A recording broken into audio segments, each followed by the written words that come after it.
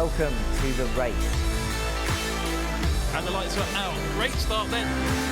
The Moto2 champion steps into the team that's dominating the championship. I'm Scott Mitchell from the race. We're here at Barcelona. Sebastian Vettel is fighting for his career. There has to be a title assault, and anything less will be a failure. Oh, and a spin! We lost the GoPro.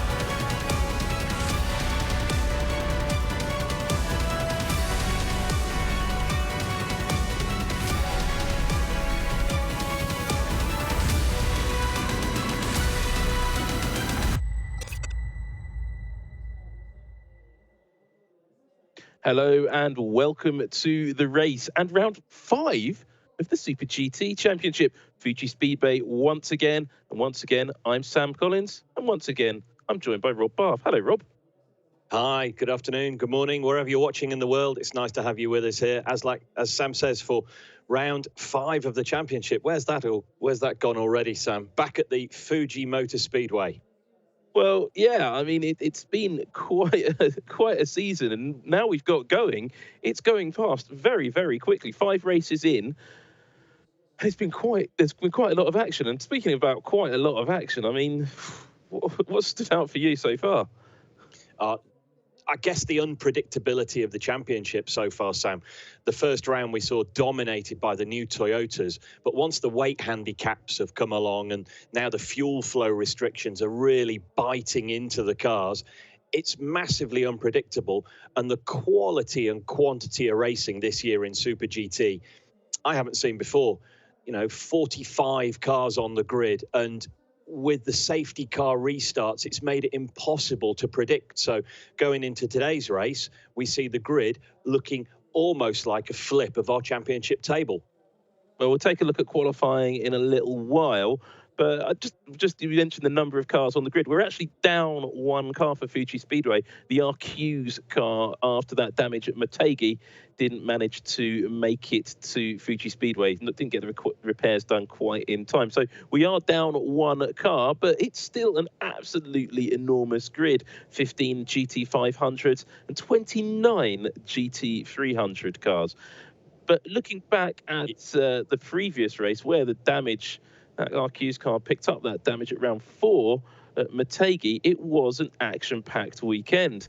Let's take a look back to see what happened. Well, off the line in GT500, the battle started almost instantly. The Zensurumo car taking the lead off the first corner. In GT300, it was a Nissan up front. The run-up Sports 360 car was the race leader, but it really didn't stay like that for long. Back in the GT500 pack, the blue car, the Calsonic Nissan, got past the Raybrick NSX, but further back, the drama really started when a GT300 Lamborghini took out the Wed Sport Supra. End of the race for both of those cars, but it wasn't the end of the race for everybody else. The Calsonic car was feeling very, very racy, almost back into its prime there. Also feeling racy was Jan Mardenborough, who just got a little bit ambitious trying to get past the orange NSX and picked up some more damage for the second race running. The red car, Sugeo Matsuda, working his way through the field, but trying to battle with the blue car. Well, one of the Supras got in the way. By the end of the season, I'll stop talking about Lexus. Nick Cassidy, though, he would wish we weren't talking about him in that sense because he ran into his teammate. Then the car that led GT300 from the start pulled over to the side of the road just before the race finished in another drama-filled final lap. GT300's got a habit of producing those in 2020, but the Keihin NSX took victory, pointed at the sky. They were very, very happy. Bertrand Piquet winning Super GT, Leon winning in GT300. And I'm amazed they managed, because that wasn't even close to all of the highlights, was it, Rob? No, it was amazing. Hoping to see more of the same today. I think the story of today, Sam, may be how that fuel flow restriction limits the cars on the front straight. Fuji Motor Speedway, as we know, has that massive front straight, almost a mile in length, 1,475 meters. And not only the weight handicap, but now the fuel flow restriction is really going to hamper some of the championship leading cars down there. They'll be sitting ducks for the lighter cars lower back in the championship. Well, speaking about championship leading cars, it's interesting to see that some of the Supra has been the strong car at Fuji Speedway all the way through the season so far.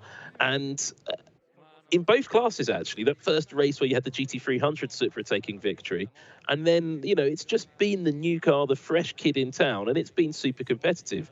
But speaking of championship leading cars, I mean, there's teams out there that I'm surprised we're not seeing more of, and we saw some of them in the highlights reel there. You saw the two Team Tom's cars bashing into each other under the bridge. That's not going to go down too well with the team, is it? Oh, no. Tom's will be looking for a good home result. Of course, the Fuji Motor Speedway owned by the Toyota Motor Corporation. And as we saw at the first round, Sam, it was a win in GT500 and GT300. It's all to play for. I honestly can't predict what's going to happen. It's going to be who's going to be there at the checkered flag in the right place at the right time after the right strategy. We'll have to wait and see. Well, I mean, the person who's going to have to be dealing with that is, well, I want to find out. Earlier this week, I decided to have a chat with one of the people who will be having to face some of those things that you were just talking about, Rob. Let's have a listen and see what we found out. So we're back to Fuji Speedway once again in the Super GT 2020 calendar, one of my favourite circuits, but also the home circuit for Team Tom's. So I thought, who better to speak to than Team Tom's, arguably their fastest driver, Nick Cassidy. Nick, welcome. Thanks for having me on the show, Sam. Looking forward to this race. We've raced on the track a few times this year already. The new Supra is doing pretty well this season, it's fair to say. You are quite optimistic about winning this one? Maybe not winning. We're at the stage of the season now where obviously a fair bit of handicap is at play. First time for us this season using the second stage of fuel restrictor, which at Fuji has a fairly decent effect because of the amount of full throttle time. I'm probably normally pessimistic about our own performance until round 8 usually, and then we'll talk about the championship. But I must say this year I think that the car's been very good. Fair play to TRD, and then I think we've been quite lucky with the calendar in terms of there are 4 rounds at Fuji this year, which is arguably our strongest track for the car. So yeah, looking forward to the race weekend, but possibly not a win this weekend. Now, there's 2 Supras that come out of the same Tom's garage in Gotemba. One of them is yours, the Keeper Tom's Supra. The other one is the white and orange Team AU car. Now, you had a very close look at that last time out. Was there some interesting conversations after that race? You never want the 2 team cars to come together. So, yeah, there was. I can review that and probably do a little bit. Some things differently on my part, but at the same time, I'm actually pretty proud that I had to go. I'm pretty proud that I went for the move, and certainly when I went for the move, the door was open, which kind of changed when we got to the apex. I was trying to back out throughout the braking zone as I could see what was happening, which ultimately probably made it look like I wasn't up far enough. However, it was more, one of those ones where you're then avoiding contact, and so it was quite awkward. Ultimately, the biggest, I think, problem was in that scenario was both of our cars before the pit stop had been running 13th and 15th, something like that.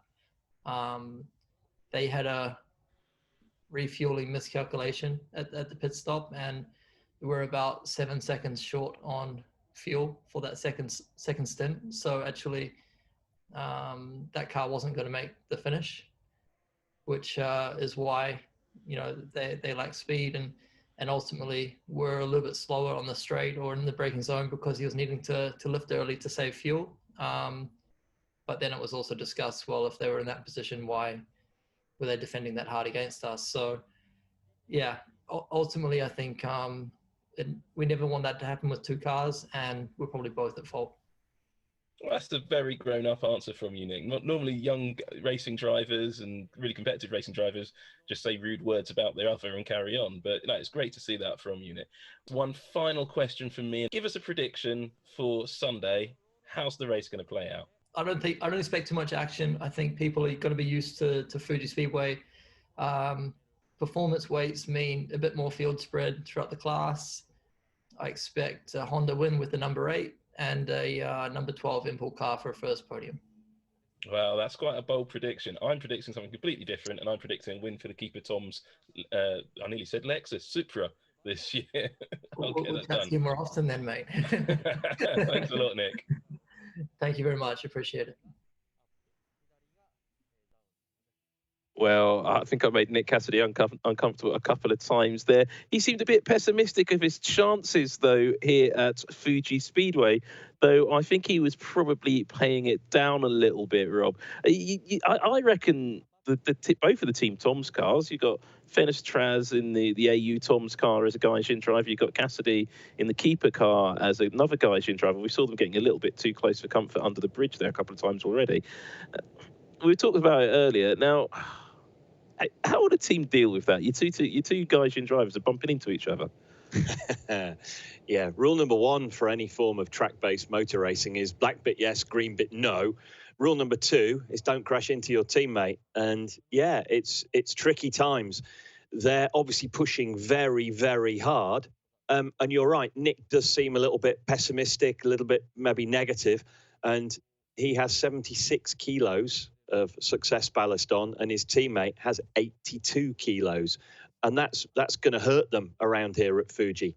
One thing we haven't, sorry, Sam, I was just going to say one thing we haven't spoken about is, of course, this is the first race where they're now allowing fans back in as well. So they'll be wanting to put on a good show for the home audience, and where they would have wowed them with their performance at round 1, they're possibly going to underwhelm their home fans here at round 5.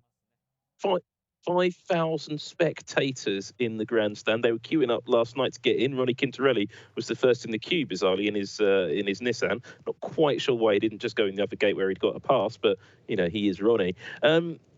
It's an interesting one. Now, the track, you mentioned that weight on the cars. That's the equivalent of having you sat in the passenger seat as you go around the lap. Now, talk us around Fuji Speedway, because you've played there quite a lot, and I know we've both been there quite a lot. Talk us around, Ron. So, yeah, we're going to follow a pair of GT500 NSXs round the lap. This is from round 2 a couple of months ago. And the front straight, as I mentioned a moment ago, is 1,475 metres in length and then dips down into turn 1. Turn 1 is a tight right-hander. 27R. Through the first sector here, all the radius of the corners are measured in meters. So 27R leads into 75R, which they're passing through now. Then they come down into a fast left-hander here at Coca-Cola. You can just see how much of an issue the traffic is.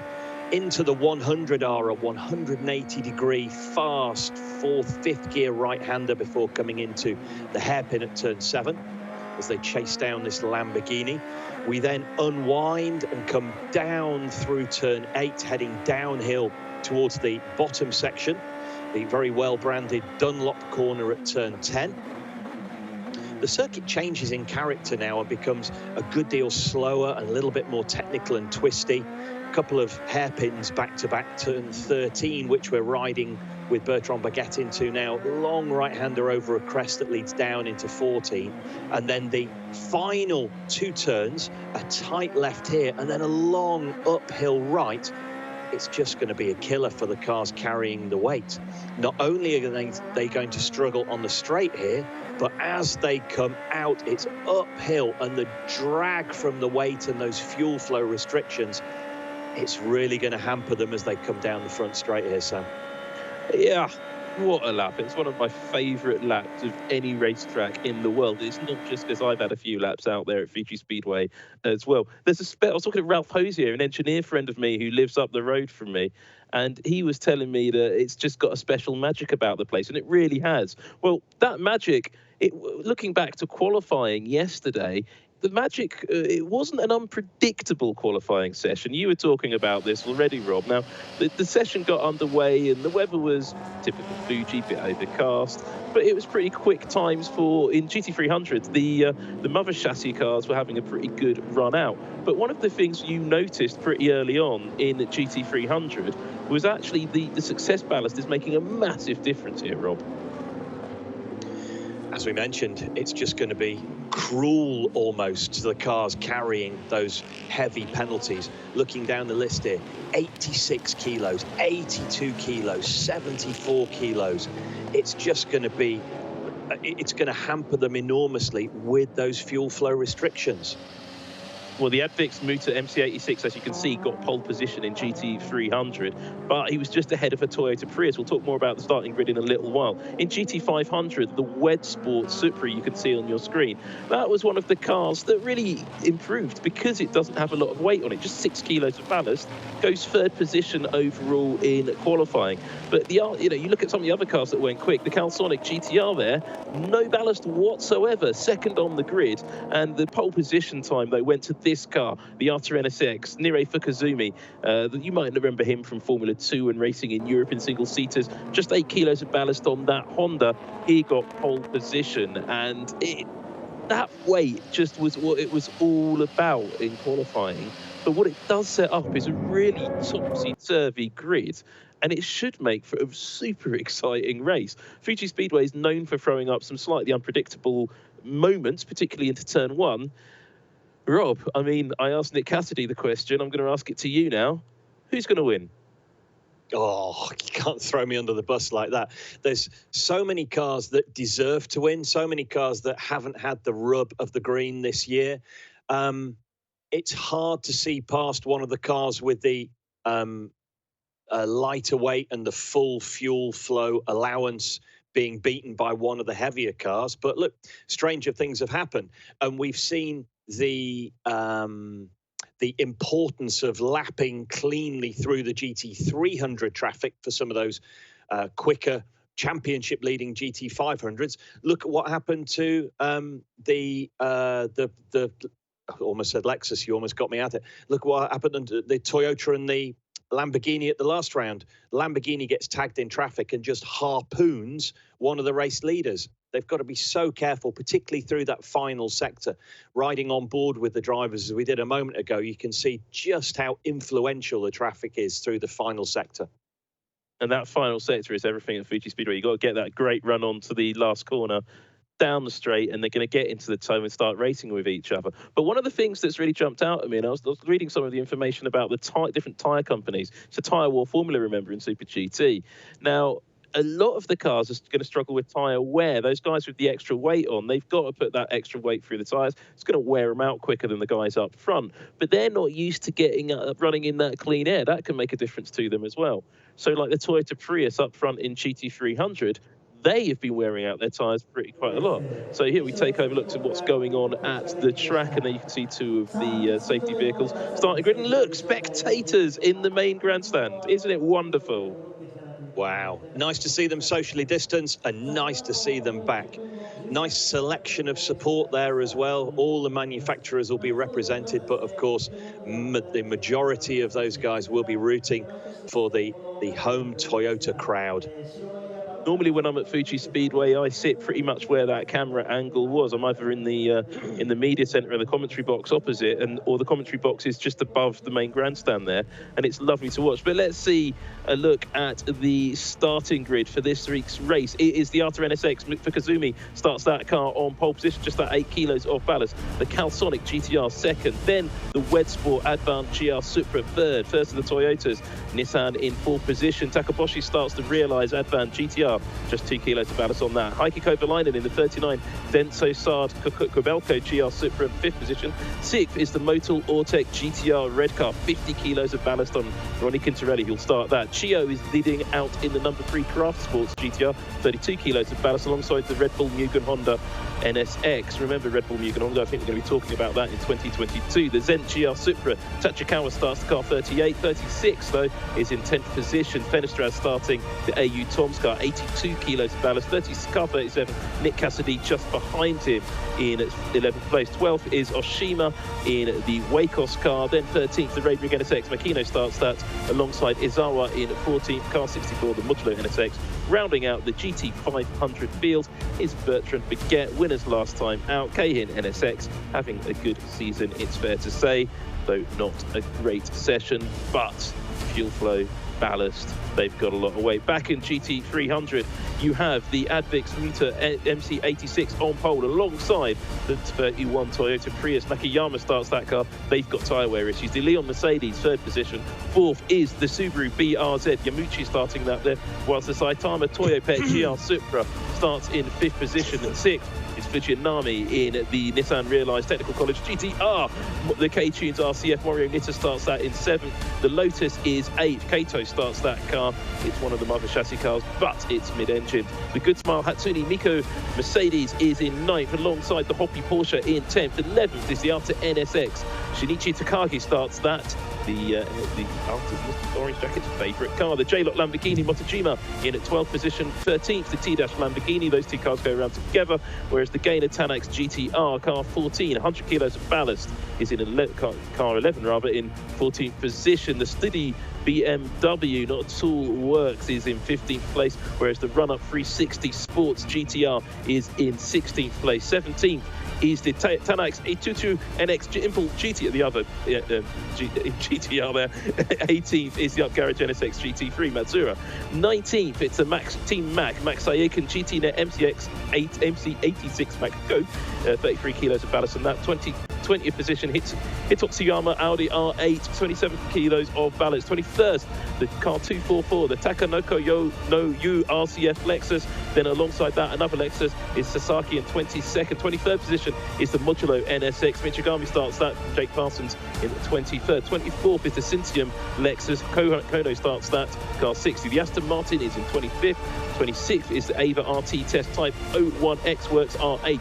27th, the Hair Tonic GTR Ida, it's like that. 28th is Yarnard's GT3 Mercedes. Rounding out the field, only 29 cars, as I mentioned earlier, is the second of the Toyota Prius. And it looks like a giant Toyota Prius sandwich in GT300, as we're missing that RQ's car that didn't get fixed after Motegi. 21 degrees air temperature, 29 degrees track temperature, humidity a very sweaty 76% roll. Very sweaty. It is a little bit overcast. No rain though. You can see a lot of moisture in the air, and yeah, really looking forward to this one, as are the fans there that we can see on the right-hand side. Well, just getting ready for the national anthem. Don't forget to hit like and subscribe if you are enjoying Super GT Round 5 on the-race.com.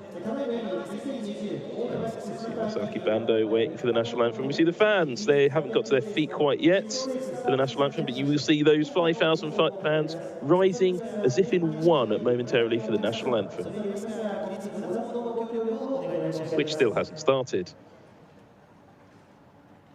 I'm quite excited though. I like it when it does come. There it is.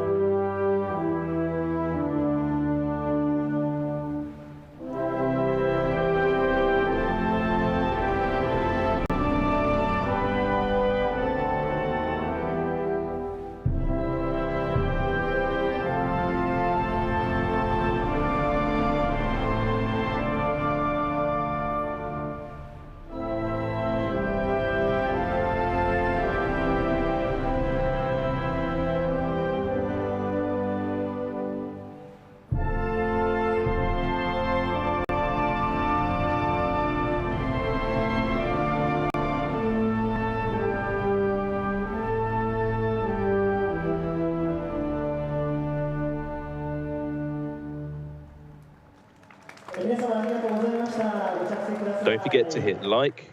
Don't forget to hit subscribe. We've got some great racing action, 300 kilometers of racing action. You've got the series ranking in front of you.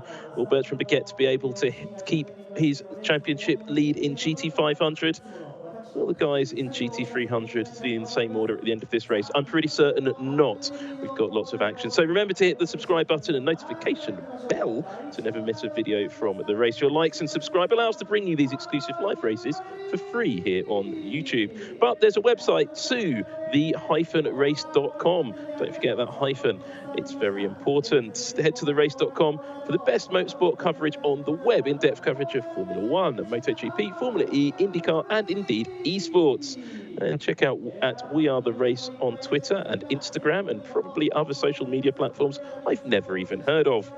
And it's got all the latest news and reaction. Coming up later on this channel today, British GT from Snetterton. That's in Norfolk, which is about far away from Rob Barff's house as possible. These guys are quite a long way from Rob Barff's house as well, but it's great to see spectators out there on the bank at Fuji Speedway enjoying their slightly cloudy day out in Gotemba. Very sensibly socially distanced as well. I'm a massive fan of social distancing. I've been doing it for years myself. Are you ready, Sam? I certainly am. Looking forward to this one. I'm quite ready, yeah. They're ready. Look at the flags going there. That's multi-flag technique. And look at that big orange streak in the grandstand. That is the ARTA Autobacks fan club. They are always at, well, every race they're allowed to be at, quite frankly. Huge amounts of fans for everybody. We're going to see those big flags going as well. I think the Nismo supporters are there, the Subaru supporters, Honda and Toyota. They've all got their fan. I think I just saw a BMW flag. Yeah, you can see a BMW flag in the middle of your screen. Probably the one lone German in Japan. Looking forward. And here is the man of the moment to get us all underway. His very fetching outfit. This is the master of ceremonies from ARTA Autobacks, wishing the drivers very good luck. Wishing for good action. Thanking everybody for coming along and having such a good time. Autobacks, of course, series sponsor of Super GT for many, many years. And this chap just gives a nice bow every race to get everybody underway. And great to see him. Great to see his fan club there, all socially distanced, as you say, Rob. Textbook, really, there. Well done. Nice orange caps as well. I do love a nice announcement from Mr. Orange Jacket. It's a lovely mix of enthusiasm, yet formal office attire. She looked a little bit Christmassy, didn't she, with the girl with the 1 minute board, those bows and that sort of Santa Claus jacket. It is October. It is. I thought she might be dressed as a pumpkin or something. No comment. Well, Sam, when you mentioned the BMW flag in the grandstand, I was reminded, are we going to see fans at the Eiffel Grand Prix next weekend? Yes. How many? I don't know. I didn't read the Formula 1 free race notes. That's next weekend's job. No, just I was just reminded because obviously October is upon us and fans are back in certain sporting stadiums, and I just thought, will it be a similar number at in the front grandstand at the Eiffel Grand Prix? We'll have to wait and see. Well, we'll find out, but what we're also going to find out as the cars roll off the starting grid. I love that shot of the GT500 cars rolling either side of you. Those chaps in the middle with those yellow flags, with the cars rolling either side of them, will be quite brave as the cars set off around 4,563 metres of Fuji Speedway, a track first built originally to host NASCAR. There's a big banked corner just beyond that, behind that advertising hoarding for a very wonderful hotel that I intend to stay at when we're all allowed to travel again. And they never built the second banking, so they raced for a bit with sort of half an oval and half a road course. It perhaps was one of the original Roval. Sterling Moss, of all people, talked to the owners of Fuji Speedway into not having it as a oval and having a road course instead. So they carried on racing. NASCAR never did go to Fuji Speedway, but the name remained as a speedway, in case anybody wanted to know that fact. Historic stuff while we're at it. Of course, in 1976, this was the home of that amazing race in the wet between Hunt and Lauder as well. And who'd have thought that in our warm-up lap, we'd have mentioned James Hunt, Nicky Lauda, and Sterling Moss, Sam. Well, it was quite predictable. I mean, it's just we haven't mentioned Rob Barff. But the car's getting underway around there. The R2 NSX leading it very slowly. Rolling starts, of course, in Super GT. If you haven't watched this series before, you're going to see two different starts. You're going to see a start for the GT500 cars and then a start for the GT300 cars. Each of those GT500 cars powered by a inline 4-cylinder 2-litre turbocharged engine, kicking out about 650 brake horsepower. They don't give us the real numbers. All featuring direct injection and three-chamber ignition. They're kind of like 4-cylinder versions of the current Formula One engines, and indeed Honda's combustion chamber is very, very closely related to the combustion chamber you'll find in an AlphaTauri or a Red Bull Racing Formula One car. You'll see the cars then gather up as they're doing the usual pre-race procedure. GT300, mix of cars, FIA GT3 cars. They're exactly what you'd see in other series. You're also going to see the mother chassis cars. They've all got an identical carbon fibre monocoque. That's the Lotus Evora and the MC86s. And then that's their Toyota 86s, and that's what the MC mother chassis stands for. Then you're going to see the slightly unhinged cars, the JAF GT300. There's a Toyota Supra. There is the Subaru BRZ. And then there is, of course, the pair of Toyota Prius. Or is it Prii? Anyway, the grid is forming up. You've got the man in orange. He's got GT500 on a board, trying to tell the GT500 drivers to get in order. We'll see the race get ready to get going any moment. It's going to be a long hold here, Sam. Obviously, the length of the front straight means that the start line is over halfway down it. So all eyes on the red lights. The final GT500 car pulls into formation, and it looks like we're good to go. They're just waiting to see those lights change. Bit of smoke from somebody there as they came up on the left-hand side. I think it was one of the Hondas just trying to get back onto the back of the field. It would have been the car in 15th position, the GT500. But we are about to go green. They held the lights, and now we are racing at Fuji Speedway. And into the lead stays the R2 NSX, but going round the outside, it's the Calsonic blue car. Dives bomb round the outside of the Honda and gets the lead momentarily, but he's off the track. Loses position, drops back 3, 4, 5 positions. Honda leads, Toyota second. Not sure who's third, and the bonnet's come off somebody. That's not. It's not the realised GTR again. Yeah, with a big impact at the back of the GT500 field. I saw the Red Bull NSX go off as we cut to the start now on the right-hand side of your screen of the GT300 pack. Sam, if you keep an eye on the GT500s on the left, I'll talk about the GT300 just for a moment. They're off the line, coming down into turn one. Lots of tyre weaving going on to try and get temperature into those slicks, and no change at the front of GT300s. It's as it was. There is a massive battle for the lead in GT500, Rob. There's debris on track as the GT300 guys get there, but that battle for the lead has changed. We have a new race leader. Toyota takes the lead from Honda at their home circuit. The yellow flag is flying right round the track. Will we see a safety car come out? I'm not sure. The battle seems to have calmed down at the front. Yes, it's the safety car for that debris on the start-finish line. We saw that Nissan, it wasn't a Toyota, it was the realised GTR, takes the lead. I don't know how, I missed how the Wed Sport car lost that lead, but look at that debris all over the track, and we're going to have to work out, it was the Craft Sports GTR that had that impact, and it's sitting there on the side of the track. Chio's sort of out of the car, but it's on fire here.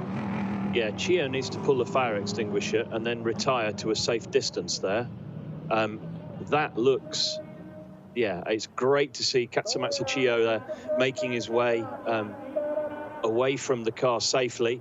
There's the fire truck arriving, and yeah, big contact at turn one between Chio and the Red Bull NSX. We'll have to wait and see the replay to get the details of, but like you say, Sam, a little fire on the front of the car, and the safety car deployed to obviously allow the fire crews down to there and to remove that debris from the inside of the track as they come through turn two.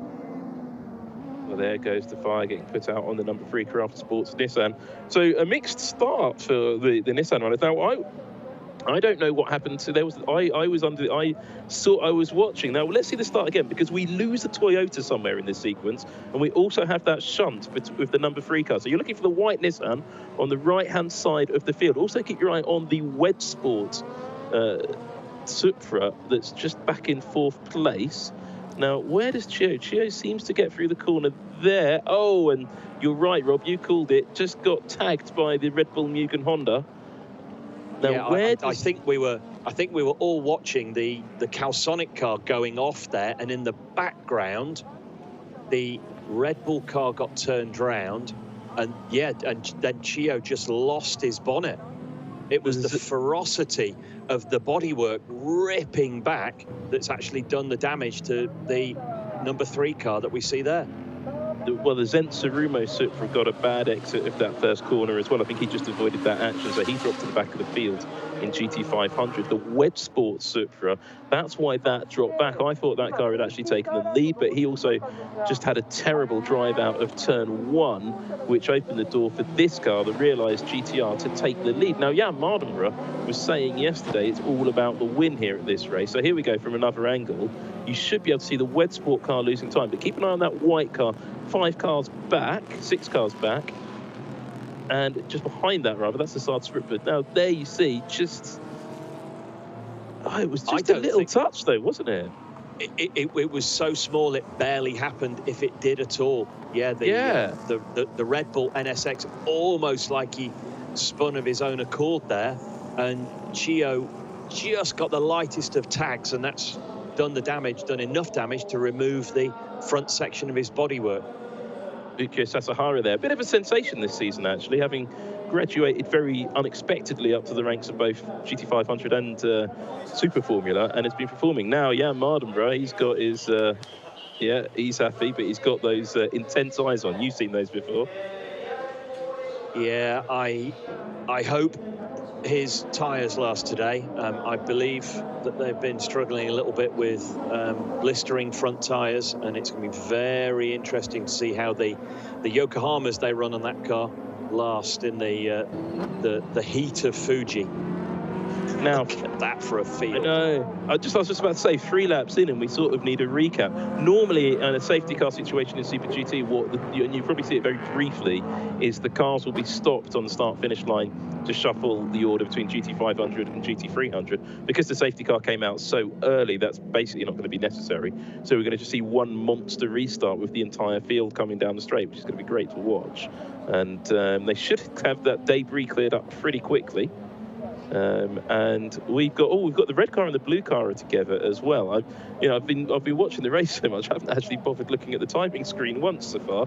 But we have Takaboshi in the lead for the Kondo Racing car, Jan Mardenborough's teammate, ahead of Nire Fukuzumi in the Arta car. Ronnie Quintarelli is in 3rd position in the red car Nismo. Then they've got the Calsonic GTR. They lost 2 positions off the start. Then there's the Wedge Sport Supra. They dropped back from 5th. They're going to be a bit angry about that. The Denso Supra is in 6th position. Heikki Kovalainen at the wheel of that. Nick Cassidy then just behind Kovalainen in 7th. 8th is Tadasuke Makino for Team Kunomitsu in 8th. 9th is Izawa, and 10th is Fenestraz in the orange and white Supra. In GT300, as you can see, the Motor Racing Inging GT300 MC86 was there. They didn't really get off the line very quickly.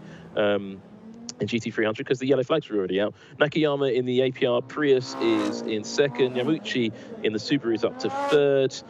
Tsukunumi in the Leon car stays in 4th position. Kwai in the Saitama Toyopet Green Brave Supra has moved up 1 position, as has Fujinami in the Kondo Racing car. Mario Nitta up 1 place as well. So no big changes in GT300s. Due to, well, there being debris in a safety car before they'd really got out of the first corner. So we have seen 1 start, and we're going to get another one in not too long. The lights are still on the safety car, Sam. They're cutting back. It's a safety Supra. If the safety Supra is going to come in, we're going to see the lights going out. I would have imagined it would have extinguished them already. Yeah, they're just finishing. So many gags, so little time. They're just finishing pulling that car back. Well, 3 laps in. That's why we still have a bit of safety Supra time, because they are still covering that car. So we've got another lap under safety car at least. So while the caution is out, let me tell you about some great things that are coming up on the race. And we've got a whole bunch of podcasts that are on that channel, and they bring you the latest insight and analysis from around the major series, stories from key motorsports championships as well. Download them all at the normal podcast providers, whatever they are. Podcast series include Formula 1, of course, which is the F1 podcast, which brings you comprehensive coverage of every aspect of Grand Prix racing, with discussion of the latest breaking news, debate about the biggest topics, and in-depth analysis after each Grand Prix. Then you've got an esports podcast, which is the big talking points in the booming world of motorsport. Esports, brought to you by The Race. Formula E. Get the inside track on all things Formula E with Jack Nichols and the-race.com's Formula E journalist Sam Smith. Season 6 review with Dario Franchitti has just gone live, apparently. In MotoGP, everything you need to know from the fascinating world of MotoGP racing with host Toby Moody. The-race.com's MotoGP correspondent Simon Patterson, who I'm told is the man to speak to, other than Günter Weisinger, who doesn't do English language podcasts, plus special guests. Gary Anderson is the Formula 1 technical director and the car design. He designed the Jordan 191. He gives his take on all things Formula 1, offering opinions and technical insight on Formula 1 mostly. Bring Back V10s is a celebration of classic era Formula 1, which was loud on the track and off it. Join us for a series of deep dive episodes revisiting memorable stories. You also get to hear Ed Straw saying Osella. Hidden Voices is the latest of these podcasters, and it's a new podcast for the-race.com. Claire Cottingham takes a look at diversity in motorsport. I think what I'm more excited about for today, though, is British GT live from Snetterton. 2 races live on this channel, so if you haven't hit like and subscribe already, why not? Next week on the-race.com, coverage and all the build-up to the Eiffel Grand Prix and all of that reaction to the big news for Honda in Formula 1. Now, the question comes, what does that mean for Honda in Super GT? But Honda is pulling out of Formula 1. It probably doesn't mean very much. But somebody who's going to be pulling out of your screens now is the safety Supra. The lights are off, which means the race is about to restart. Takaboshi will bring the field back to green. The question is, Sam, when will he go? The final sector here is a hairpin left and an uphill hairpin right. There, he's gone. And it looked like a moment there.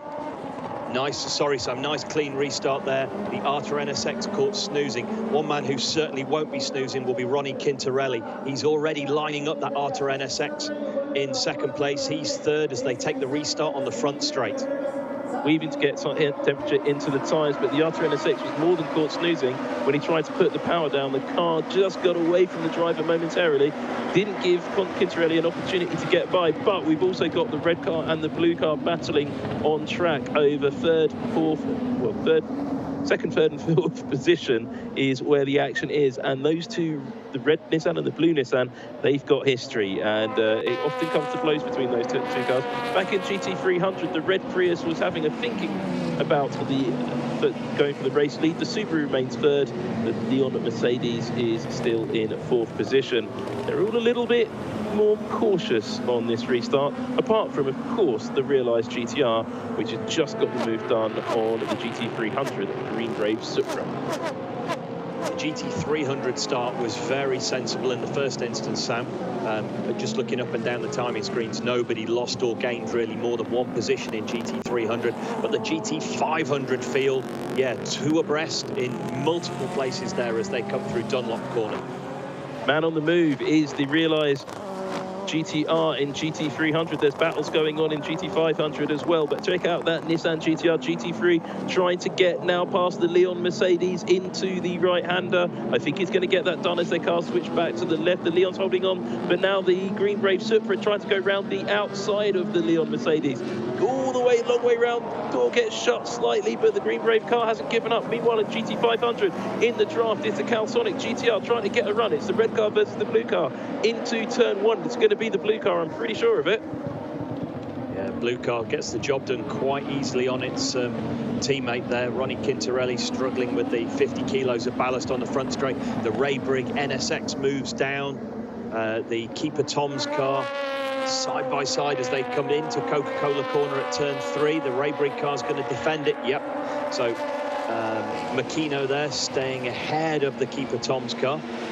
Cassidy there suffering with the ballast on that car, and he's been, if you look behind him, his teammate, the AU Tom's car, was also, Supra was trying to get a run on that second. It's the Modulo NSX behind them. Looking back to the front of the GT500 field, though, it's beginning to get a bit strung out. The two Nissans there have lost the restart advantage to the Arta NSX, and the Supra there, the Wedsport Supra in 4th place, is beginning to home in on the back of them, but not a lot of ground being surrendered by anybody in GT500 at the moment. Just before the safety car, I saw that Bertrand Baguette had moved up 4 places off the start. He was obviously pushing very hard, but yeah, his championship leading weight handicap really, the NSX is really struggling. Interesting to see this little battle in GT300 though, the black AMG against the green Toyota Supra. The green Supra looks to have really good mechanical grip through this slower section here, but both cars running relatively heavy in terms of weight handicap, and the AMG looks to have the advantage of straight line speed. One first time out here at Fuji Speedway, opening round of the season, opening first ever race for that number 52 Green Brave GR Supra, car built with the assistance of the APR team, who also built the Priuses. Hiroki Yoshida is going to take over that car, but the guy in it now, Kawai, is in the draft of Suganumi in the Leon Mercedes, one of the strongest cars this year. It looks like the Supra doesn't have the top speed. There's the Lotus, though. They've had a good move up through the field as well. The Lotus, the first of the, well, not the first of the mother chassis cars, the first of the mother chassis cars is the car in the lead of the race. But the Lotus can often go very deep into the race on its tyres and use that strategy to its advantage. So the performance of these non-GT3 runners, which dominate the top 3 of the field at the moment, has annoyed some of the Lamborghini runners, in particular refer to them as GT450s, because they're closer to GT500s than GT3 cars. But nonetheless, it doesn't matter. But at the front of the GT500 field, not the GT450 field or even the GT300 field, the Arta NSX is closing up quite quickly on the back of the realised GTR. I think the field is actually closing up, Sam. Yeah, the Arta NSX is closing up on the realised GTR, and the Calsonic car is closing on the back of the Arta car as well. So the realised car not having to go defensive into turn 1 just yet, but just thinking about some of the weight handicaps that these cars are carrying. We were looking a moment ago there at the GT300 AMG. That's carrying 117 kilos of ballast, and that's going to make a difference, you know, into the big braking area there at turn 1. This is the battle we were talking about a moment ago. This is Bertrand Baguette on the left of the screen, the Zentsuruma car on the right, and yeah, Baguette moving back down to the tail of the field. And remember, he's our championship leader, battling for the wooden spoon at the moment. This is how hard the weight handicap and the fuel flow restrictions have hit our championship leader there in the number 17 Keihin NSX. I mean, they are driving as fast as they physically can, but they're not making any inroads on anybody. But that's exactly what's happening here in GT300, as the Lotus seems to be falling back through the field a little bit, as the Hoppy 911 tries to get a run up the inside, gets it done. Hatsune Miku already in front of the Lotus. It looks like the Lotus is about to be mugged by the GT300 Arta NSX as well. So a bit of a fall in performance for that little Lotus. Yeah, nice to see the Hoppy Porsche on a charge. We saw that at the last round at Motegi, kind of falling back down the field, but obviously come out the blocks here quickly today at Fuji and is running well. Great battle and a brilliant camera position as well, watching the cars as they come through the 300R down into turn 10 at Dunlop corner. Arta NSX, lovely colour scheme on that car, and the cars run well round here in the previous rounds. If you're watching this action, because we're about to get just battles everywhere, if you're watching this action, there's a battle for third in GT300 and you haven't hit like, what's wrong with you? Hit like and subscribe, please, because it helps us bring you this racing action. But you've got Fujinami on the back of Yamauchi in the Subaru, but you've also got the Green Brave Supra on the back of the Leon Mercedes. I think we're going to see double passes into turn 1. Those JAF GT300 cars like the Subaru often don't have the top-end speed of the GT300 cars, but they do have great power in and out of the corners, as the Prius is also about to get onto the race leader. But the realised GTR getting past the Subaru, but as I said, the Subaru has better drive out of the corner, and they're side by side. Will the Subaru be able to get that position back? Not quite. Great battle there, really good, and interesting to see how the ebb and flow of straight line performance and mechanical grip works out around the lap. Further back in the GT500 field. Oh, here we go. What was rule number 2, Sam? Do not crash into your teammate. Here we see the Supra teammates. They're not really teammates. Spicy into turn 1.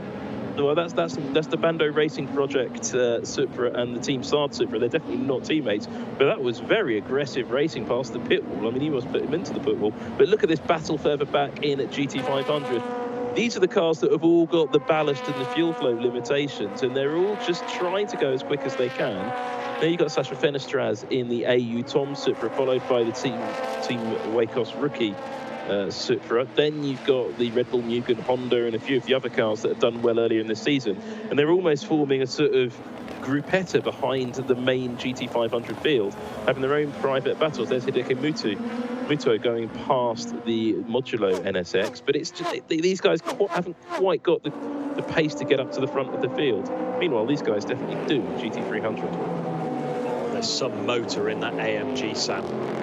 He just pulls away in a straight line from the green Supra behind him, and he's got 117 kilos of ballast on board. Look at this pack of GT300s coming down into turn 1, and fairly shortly now we're going to have the first of the lappery going on, where our GT500 field, which is still pretty much nose to tail, here we go, are going to be into the back of the GT300s. Daiki Sasaki's really closed up on the back of Fukuzumi here, and he's going to have a run at him into turn 1. There's Takaboshi losing pace as the tyres come in. They're about to hit the GT300 runners, as you say. There's another very aggressive battle past the pit wall further back in the field. Didn't quite see who that was. It was definitely a Supra. There you go. It's the same two again. It's the Wed Sport Supra and the Saad Supra, and it's just reshuffling those positions. That's a battle to watch. I hope the Super GT organiser will upload the onboard cameras from that post-race. You can often watch the full races on board. So look at the back of the GT300 field. That's the yellow Supra that started last. And there is the front of the GT500 field, just catching the tail of the GT300 snake. This is where things start to get a little bit unpredictable.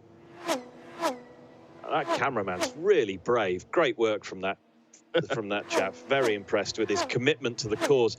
Yeah, as we can see, there is now no gap between the GT300s and the GT500s, and the GT500s, as they make their way into the GT300 traffic, just have to pick their way past as quickly as they possibly can. Here we go into the first round of lappery through the final 2 turns.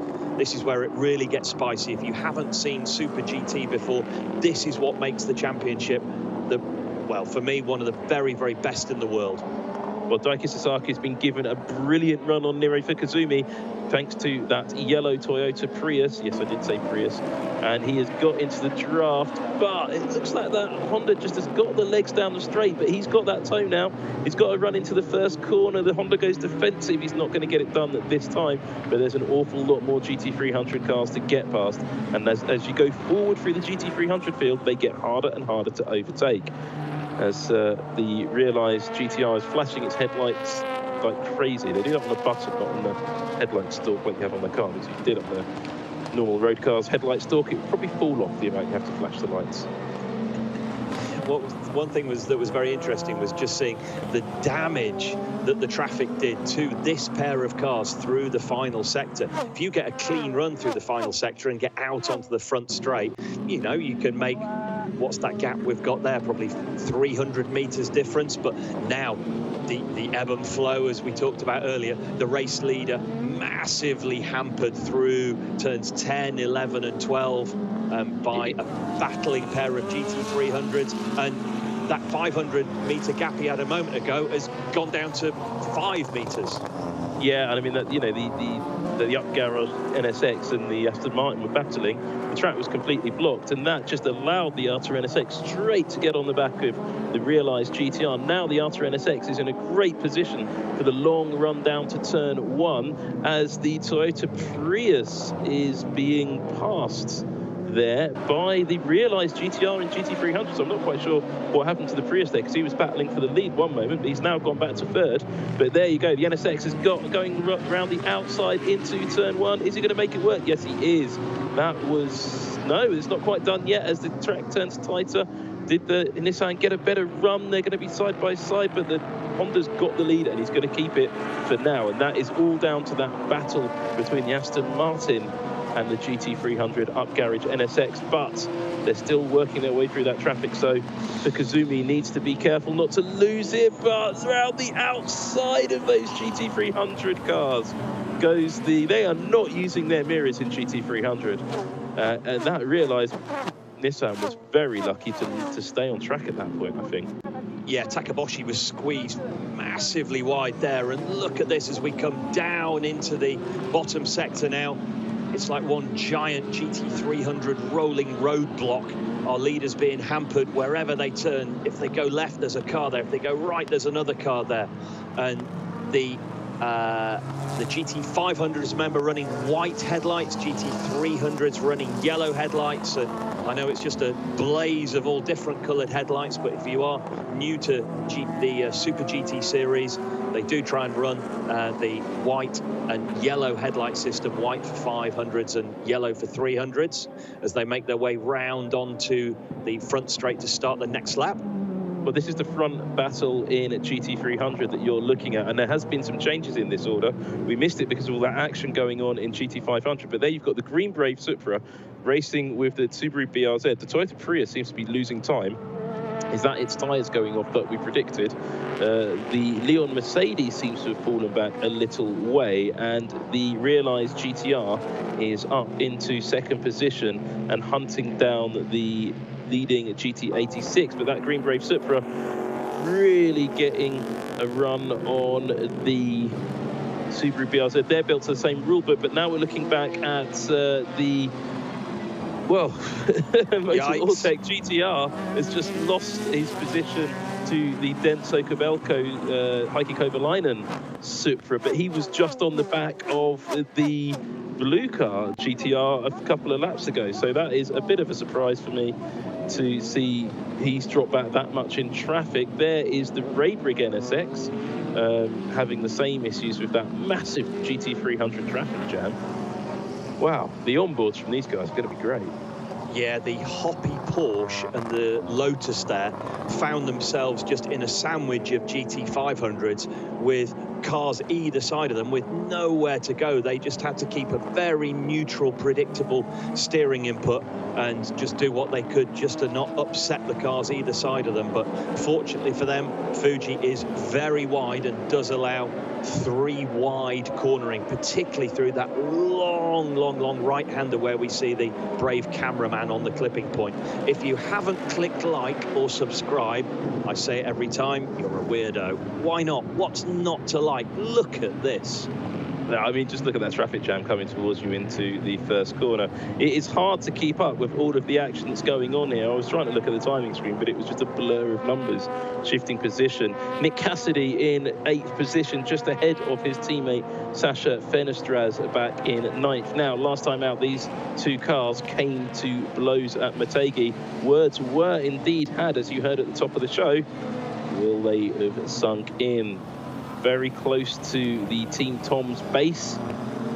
Be 5 minutes drive from the main gate of Fuji Speedway. So they're very familiar with this place. Not far to get back to where they live in Tokyo as well after in the evening. Though with restrictions, they won't be doing the normal sessions in Roppongi after a race. There's our GT300 race leaders now being caught and passed by the GT500 race leader. So that's the first round of lappery completed. Our GT500 race leader, he'll breathe a massive sigh of relief as he pulls out from behind the little MC86 there into clean air, and he gets, what, 3 or 4 laps break before he's back into the traffic again. But job well done from him, and not only has he taken the lead, you can see, oh, blimey, the GT300's leader having to go defensive there. But yeah, not only has he made his way through the traffic, he's got a little gap now back to second place as well. Well, there's no gap between these top 2 cars in GT300. They are battling for their race lead as the rest of the field go faster, and round the outside in the wake of the Calsonic blue car goes Fujinama in the Realize GTR, taking the lead in GT300. Will he hold on to it though? Sakaguchi in the MC86 will want to get it back, because that Realize GTR has suddenly come into pace a few laps into the race as his tyres come into their operating window. It'll probably after the first pit stop. We're expecting a one-stop race. Pit stops around lap 33, anything around that. Drive-through penalty though for the Calsonic blue car. What is that for? So he goes wide, rounds. Okay, just trying to work out what he would have got a drive-through penalty here for. I'm watching. I can't. Yeah, overtaking under the safety car. Yes, that is. Oh, that is very Yep. morally hazardous. Yes. Yellow flags were out. The SC boards were clearly visible if you had the eyes of a hawk. And yeah, a drive-through penalty for the Calsonic car. Oh, that's so cruel. He's been performing at the front of the field for probably the first time in as long as I can remember. Definitely the first time for the 2020 championship. And he's already made that dive for the pit road. So now we just have a battle of a pair of cars for the lead of GT500.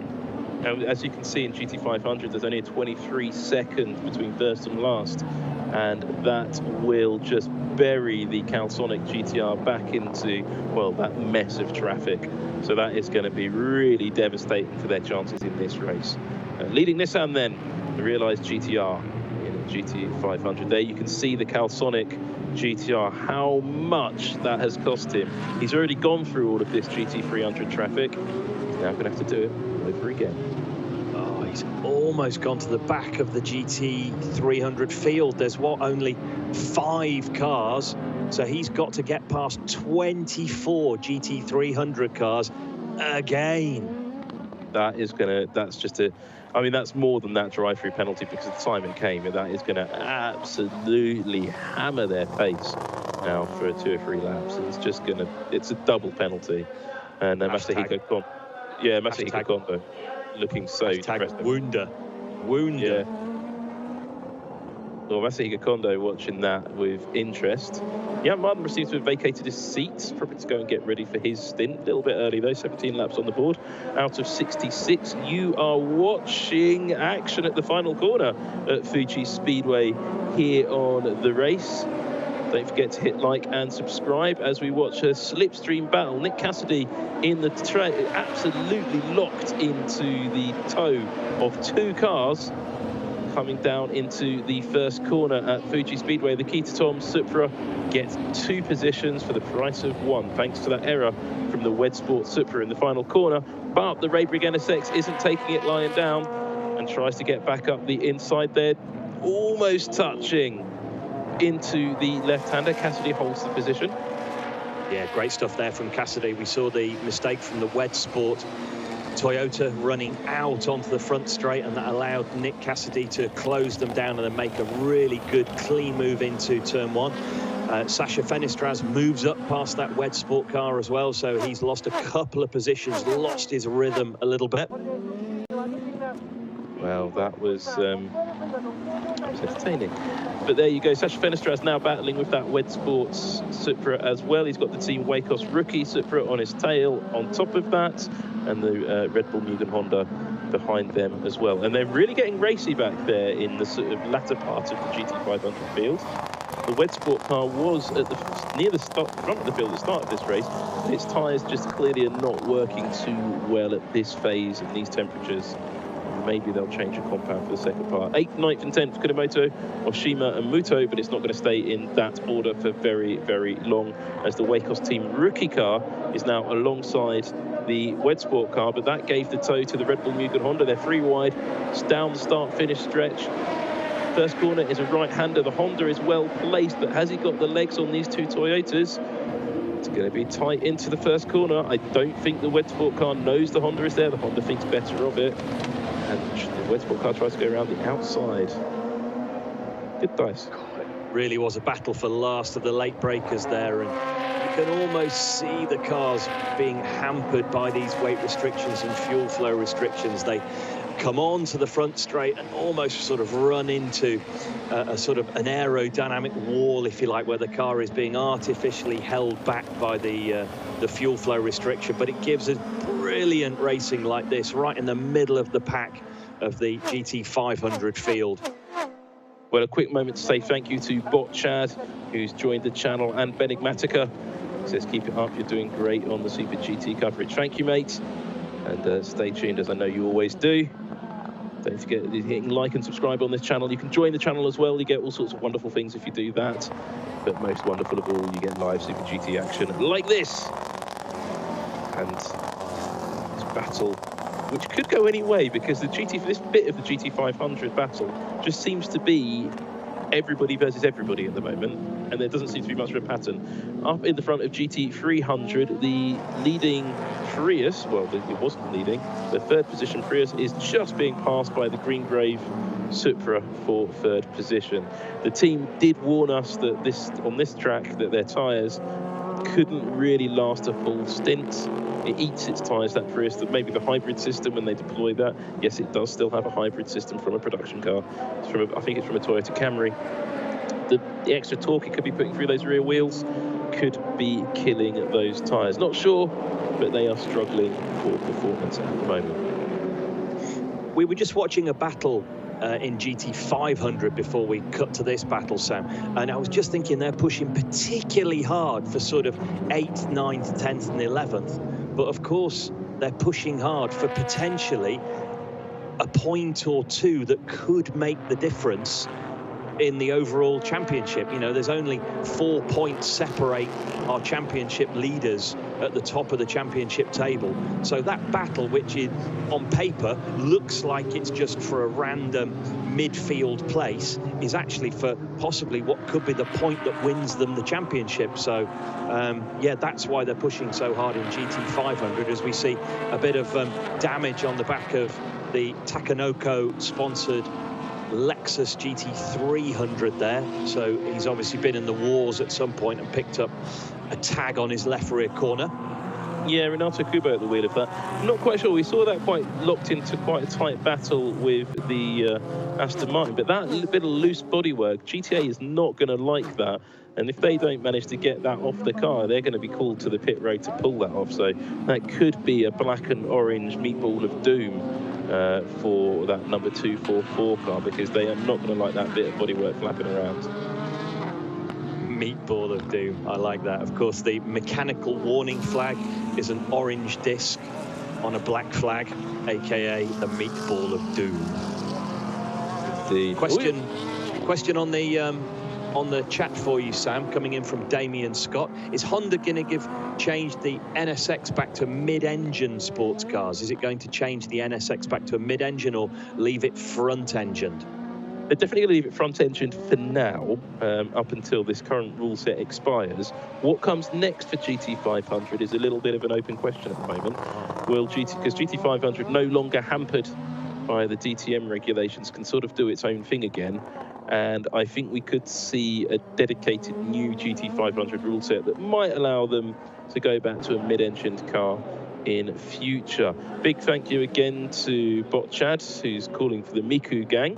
They're up 2 spots. We will follow the Good Smile Racing Team Ukyo GT300 car when we get a breather, quite frankly, because there's a lot of action going on in both classes. There goes Hatsune Miku, as if you requested it. Yamuchi and Tsuganami battling Leon Mercedes versus Subaru BRZ. The Subaru BRZ bears no mechanical relationship to the MC86 Toyotas in this race. The MT86s have carbon fiber monocoque chassis and a 4.5 litre V8 engine. The Subaru BRZ has a flat 4 boxer engine derived from one of the old World Rally Championship motors. The chassis uses real production car parts, just not very many of them.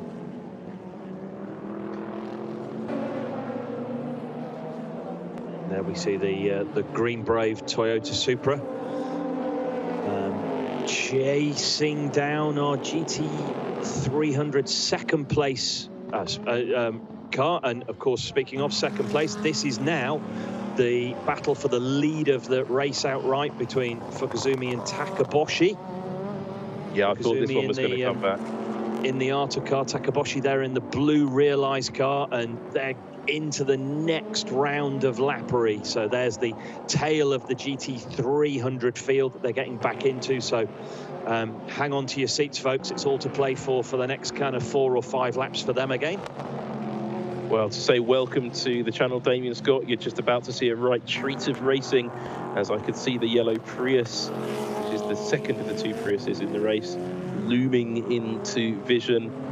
And we're seeing a replay now of the battle between the Leon Mercedes and the Subaru BRZ, and it's the Leon Mercedes getting by. Yes, it is. I'm very impressed with that Leon Mercedes today, Sam, purely because we've got that 117 kilos of ballast on board. First round of pit stops and driver changes, though. That's the GT300 Honda NSX, the modulo car in. But look at this at the front of the GT300 field. These guys aren't stopping quite yet. The Green Brave Supra has just got past the Mutos MC86. That was the pole-sitting car. And that puts the Green Brave Supra up to second position. Just one more car on its hit list to get back the lead that it had in the first round here at Fuji Speedway, which seems like a very long time ago, but it really wasn't. We've just had lots of racing in between. And that Green Brave Supra, built to the JAF GT300 rulebook, has a Toyota V8 in it and uses parts of the real Toyota Supra. But look, those guys who stopped, those NSXs which stopped, have lost the lead lap in GT300. So they stopped on lap 22. They stopped at a 3rd race distance. So they're gambling. Another car gambling, stopping, dived into the pits there as well behind.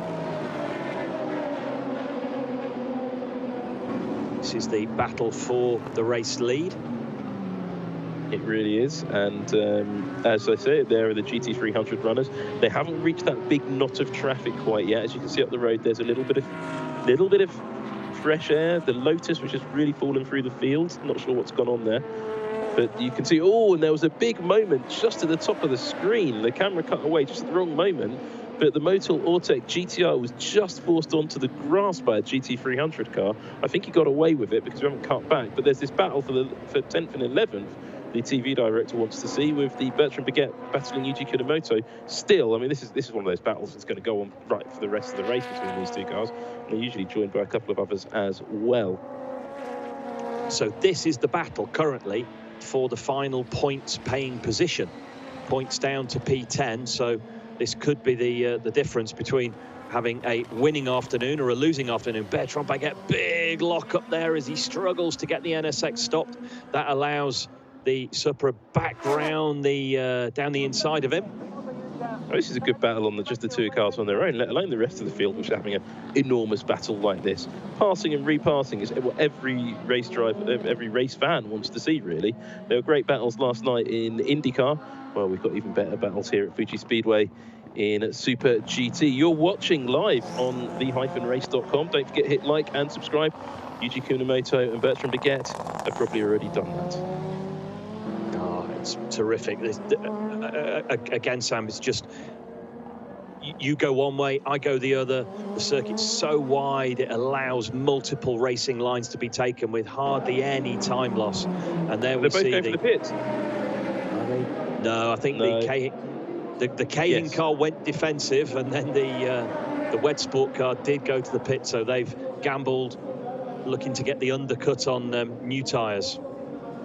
Well, yeah, that was. I think if there were, we could have heard the Japanese language radio messages to the the Honda driver, it would have been, if he goes in, stay out. If you stay out, you know, one of those deals.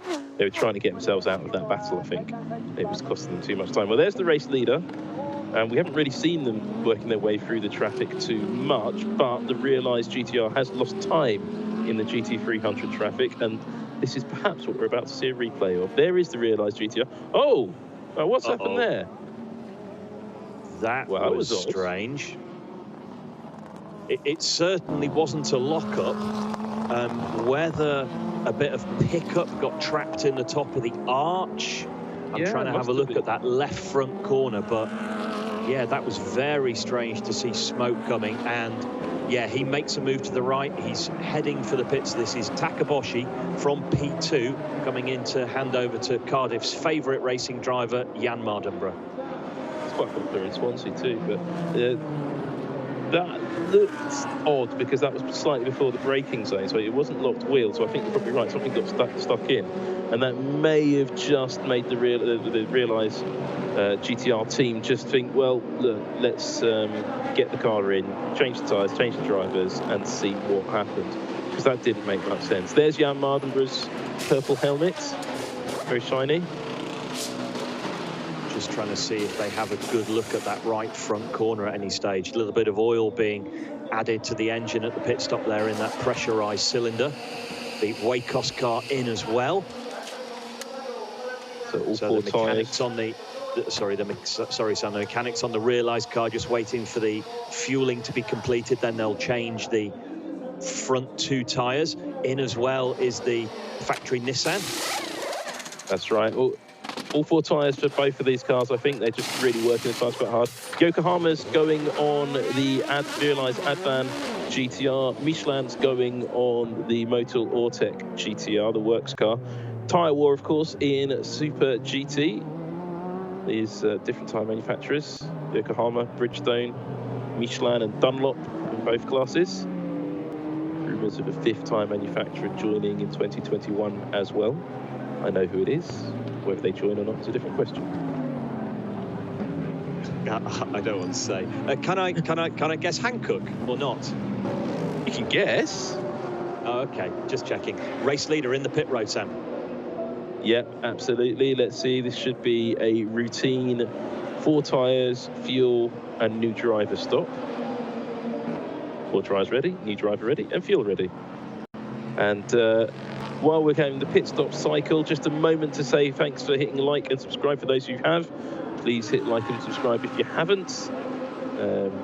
Waifu Wars Racing, big thank you for, well, your meatball of doom, quite frankly, and welcome to, as I say, to Damon Scott. With a new rule set coming up for GT500, will we see new manufacturers joining the traditional trio of Honda, Toyota, and Nissan, asks Evil Dead? The answer to that question is possibly. Great stop from the ARTA team. They get the race leader back. Sorry, the erstwhile race leader back going. Super clean, rear tyres, fuel, driver change, front tyres, and sent in beautifully. It's interesting, a lot of the teams. It's interesting, Robert, a lot of the teams are going for their pits on lap 27, which is slightly earlier than you would, about 6 laps earlier than you wanted to be if you wanted to go for the mathematical best point, which means the drivers in the second stint are going to have to make their tyres last longer. I wonder if they might be going for different compounds in the second stint for some of these cars. Yeah, possibly. I had a look at the tyres that came off the Realised GT500, the one that we're looking at there. I know Jan Mardenborough has been struggling with blistering of the front tyres, and no, they look lovely, the ones that came off his teammate's car. So Jan working hard to get the tyres up to temperature.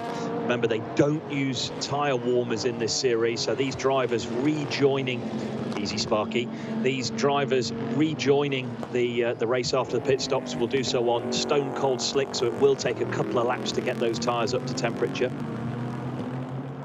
Temperature and pressure, of course, you know, I say facetiously easy sparky, but around the long right-hander at turn 4 there, Jan was lacking a bit of pressure in the carcass of the tyre, so running slightly lower ride height, and that's why the front splitter was just touching as he came through there. So, yeah, a technical reason behind that lack of ride height, which will remedy itself within a couple of laps.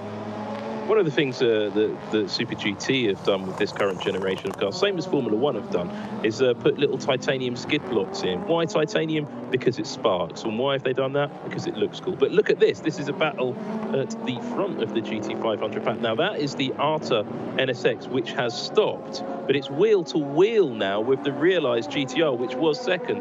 But in front of the pair of them is the Raybrig NSX. So this is a critical battle. Now, I think the Raybrig NSX, just checking my timing screen, because I've got, and my timing screen's gone blank, which is helpful. We'll come back to that, but what a battle there with those two cars. The realised GTR now got that position done on the ARTA NSX, and that is going to be crucial for this race. He has just retaken the lead on pit strategy, essentially. Terrific stuff. There we see those titanium skid plates sparking as well for the second lap round as they come through turn 4, coming into a little gaggle of GT3 cars, GT3 300 cars, including Hatsune Miku. So the battle on track for 6th and 7th, but there are still a couple of cars ahead of this pack that haven't stopped yet. So this could be for the lead of the race, Sam.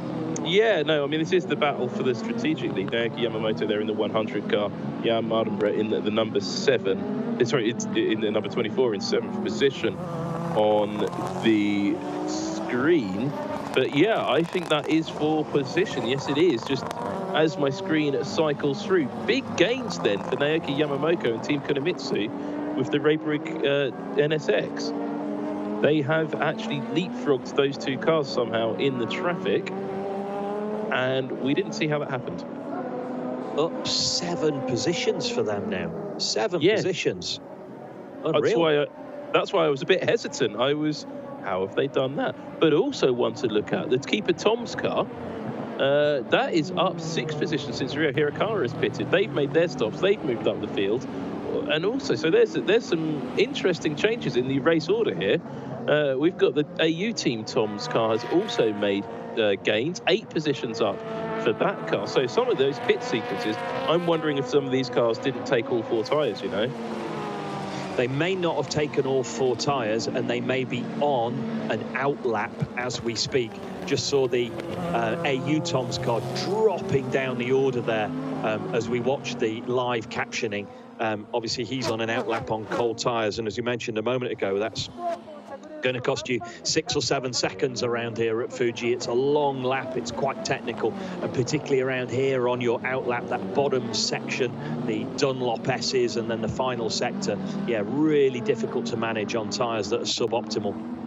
Yeah, there's the keeper Tom's car. It's definitely on that, like you saw it sparking there into the rear chicane, and that suggests those tyre pressures are a little bit lower than they would be if the tyres were fully up to working temperature. Though Jan Mardenborough's tyres are definitely up to full working temperature, and he is working his way up the order. And look, he is opening up quite a big gap now back to the ARTA NSX, and that's not worked out for them. There you see Mardenborough in the Nissan. Just ahead of him is the Team Koremitsu 100 NSX. Just ahead of them is the keeper Tom's Supra. Ahead of the pair of them, leading the race on my screen at the moment, is Hideki Muto in the Red Bull Mugen Honda. He hasn't stopped yet. He's stayed out for going for a long first stint. He has a bit of a gap, almost a lap's lead actually over the rest of the field. Yuichi Nakayama is in 2nd position. There he is in the Team Sard Supra, and that strategy has come to them. That is a real 2nd position after the pit stops. Now down in a GT300, after that flurry of excitement, the field is still being led by Kondo Racing. Fujinami at the wheel of that. He needs to pit and give over to JP Oliveira at some point relatively soon. There you can see the cars that have stopped. The Subaru BRZ is stopping, as you can see, and that looks like another 4 tyre stop for those new Dunlops. I would love to see a replay of the Sard pit stop to see if Heikki Kovalainen's car, the car that's currently P2 on the road and leading on strategy, took 2 tyres or 4. I think looking at the way it jumped up in the pit stop, Sam, it might not even taken tyres at all. Yeah, I think some people, I'd be amazed if he went for no tyres, but I think he may have gone for 2 tyre stops. That is going to hurt them later in the race. There is our current race leader working his way through the GT300 traffic, that Red Bull sponsored car. Lots of rumours about the future of Honda in Formula One. Will the organisation that runs this car, Team Mugen, take over the supply deal for Honda's power units and work with Red Bull to race a modified version of that power unit in 2022? That's the rumour.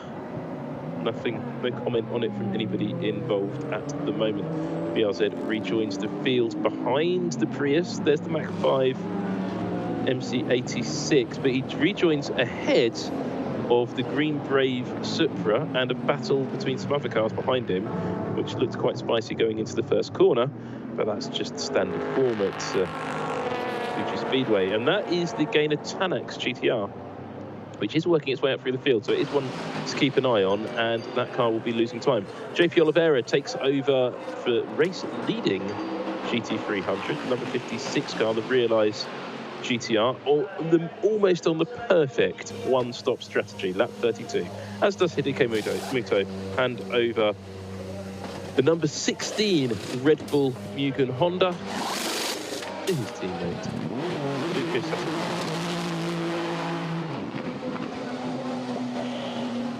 JP Oliveira lights it up as he leaves the pit box. That's got some heat in the rear tyres. We see the HOPPY Porsche making their stop on lap 32 as well. And the race leader rejoining behind JP Oliveira there. There's the Red Bull NSX just coming into the first sector as we see the AU Tom's car, but massive lock-up into turn 1. I think he possibly ran wide on the exit as a consequence. I'm certain he did there, Rob. The TV director obviously didn't notice it, but yeah, I'm certain he went wide. And then there's a big battle between the Zen Tsurumo GTR. Then bouncing off the track is one of the Realized GTRs. It's the GT300 version. And JP Oliveira's outlap hasn't gone, well, quite to plan, has it? Looks like he's going very slowly. Yeah, obviously the danger of pushing too hard on your outlap is that you will run wide. There are some tarmac runoff areas here that allow the drivers to do that safely, but JP Oliveira struggling to get his GT300 car up to temperature. He really is, and I still think it may not be entirely happy. TV director sort of thought about following it, but decided not to. The cameraman certainly decided not to, and well, he's not quite sure which car to follow at the moment. There's just so many battles going on through the field. Looking through for this car, though, that's what he was looking for, the number 55 Arta NSX, to see if that can challenge for the position in GT300. And, very politely puts the indicators on to get out of the way of the GT500 cars.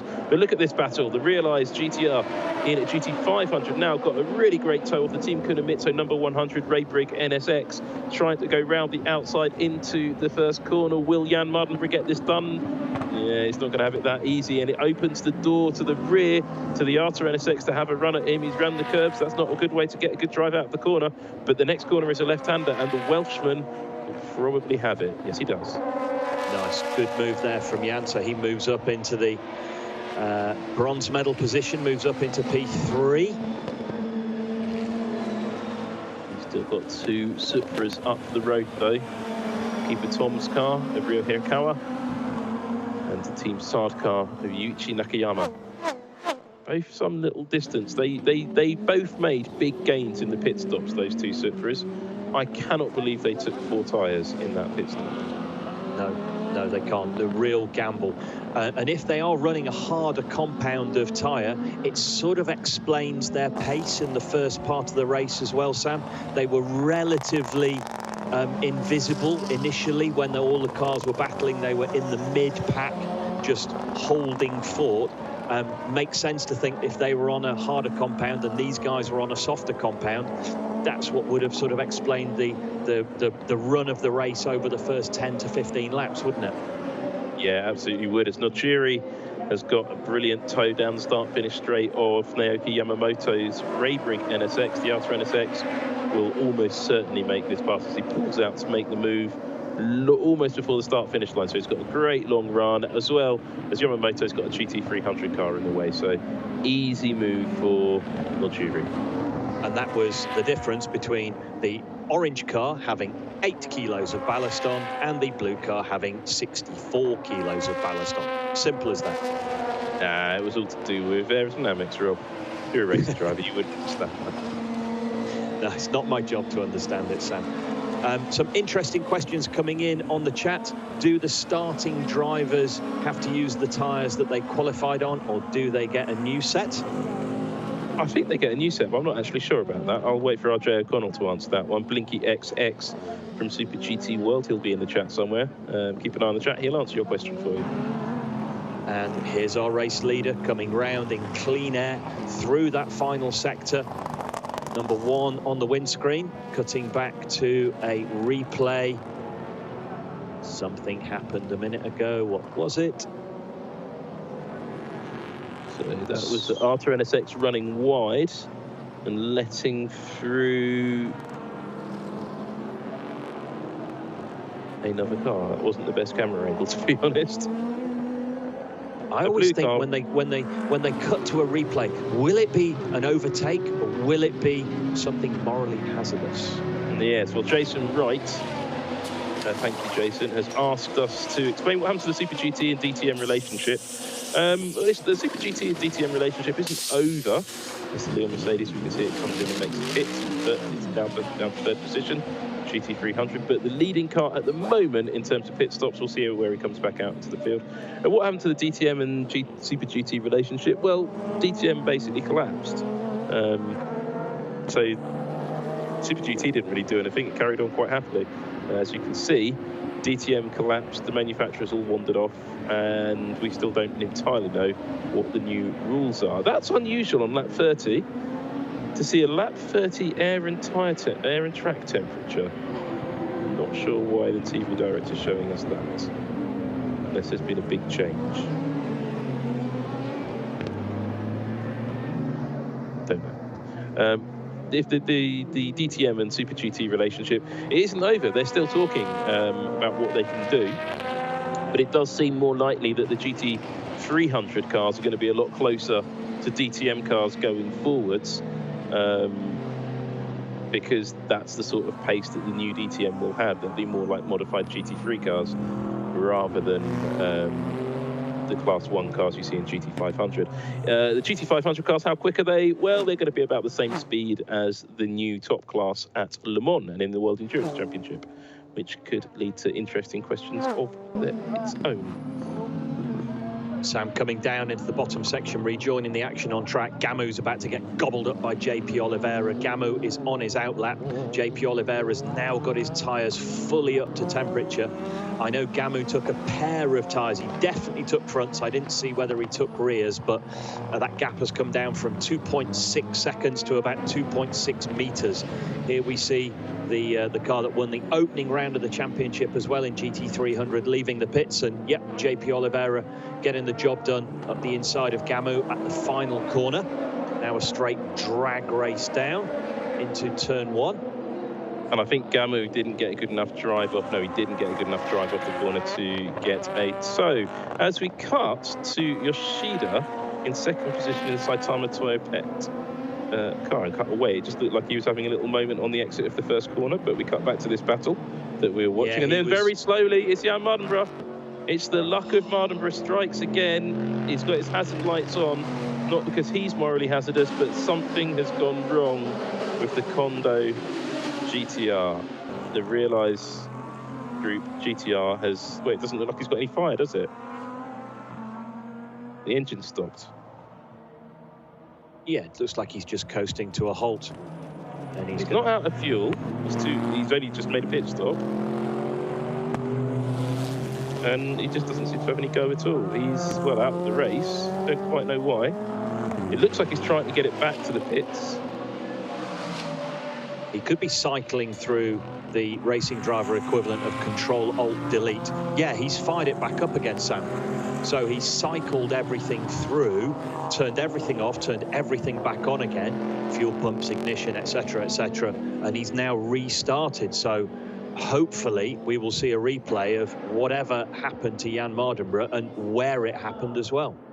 He's going to be fuming about that. There'll be all sorts of choice of Welsh words. So RJ O'Connor has answered that question about the tyres. The pole sitter has to draw a slip of paper out of the box. It says A or B, which means they have to start on the tyres they used either in Q1 or the set for Q2. There you go. So tyres out of a hat. That is how they do it. Now, looking at this is the battle for second and third in GT300. You can see the differences between those two laps, the out lap, the pit stop, and the total time. The Green Brave Supra was much quicker in the pits, but I think it did still take 4 tyres. So this car just lost time in the pit lane for whatever reason, and lost time on the out lap as well. But make it back some. Yeah, certainly lost time on the outlap. That little off-track excursion probably cost him 4 or 5 seconds as we cut back to the battle for 4th and 5th position in GT500. Yamamoto going defensive again in that Honda, and yeah, the Wacos team rookie car goes the long way around, makes it look easy. Yeah, Shosuboy had that done before they even reached the braking zone.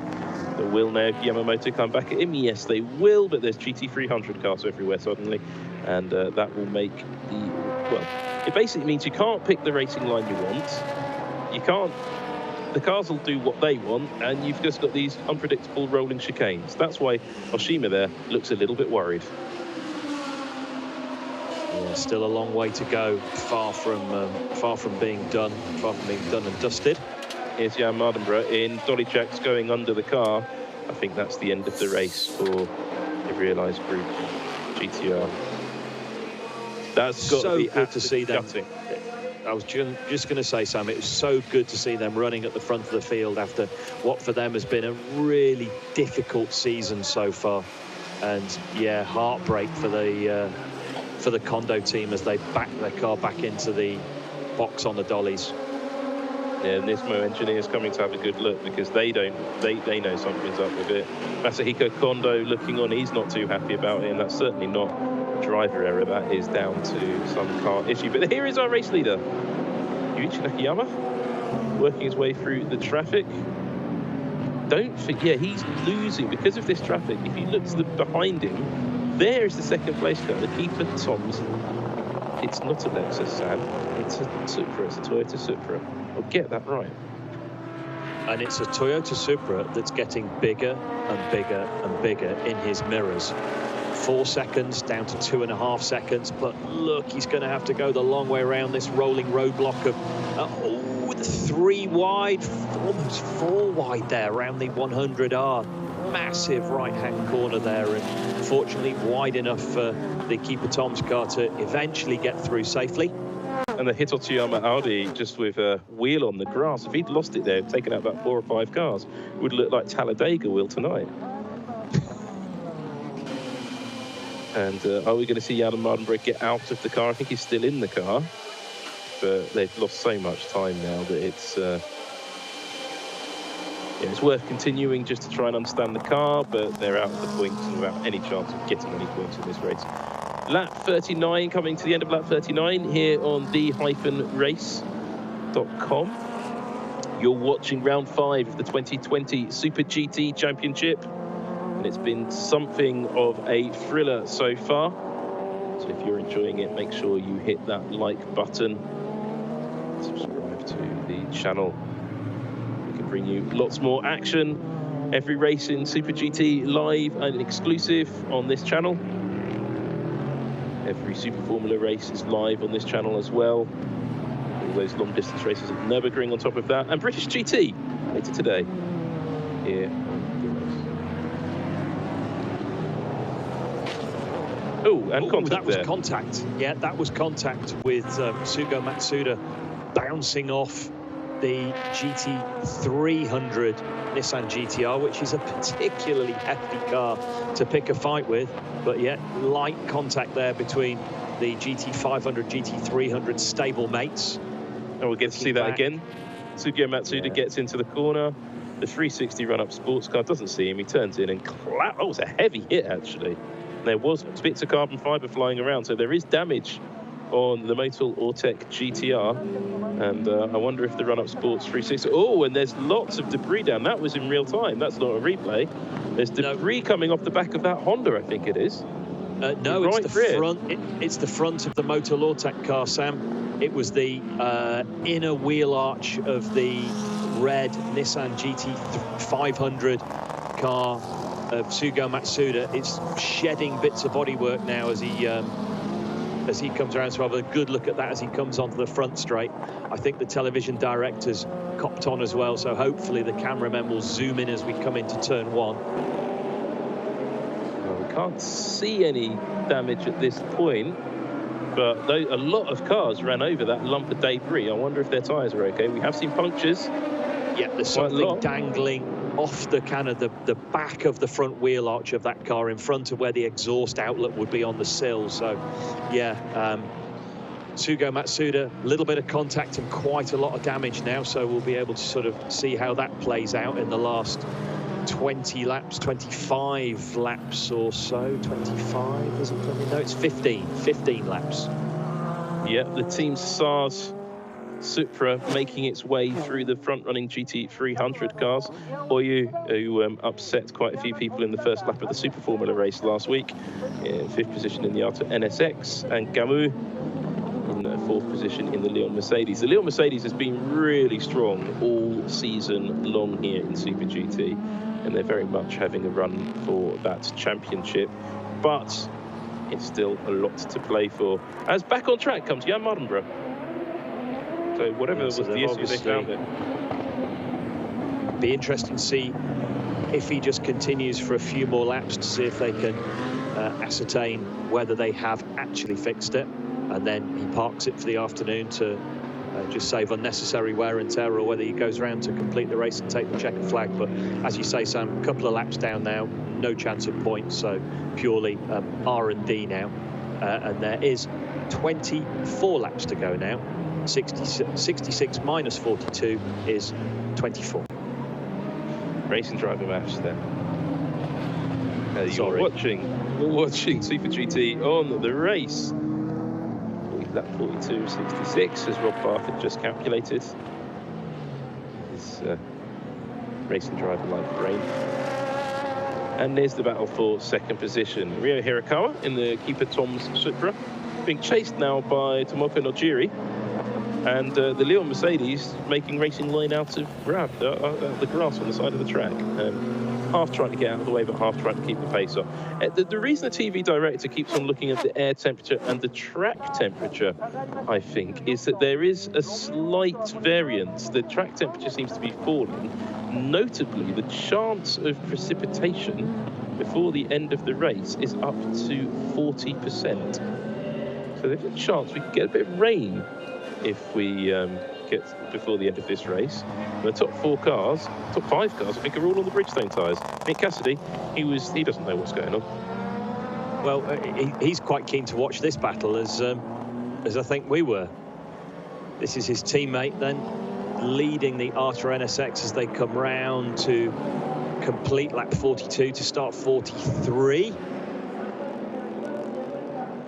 Yeah, and those good cars, the jury's not quite close enough to get a big run on the back of the Supra there. A little bit of naughty driving there by Hirakawa, pretending to warm his tyres, but what he was really trying to do was just stop the Honda from getting into the draft down the start-finish straight.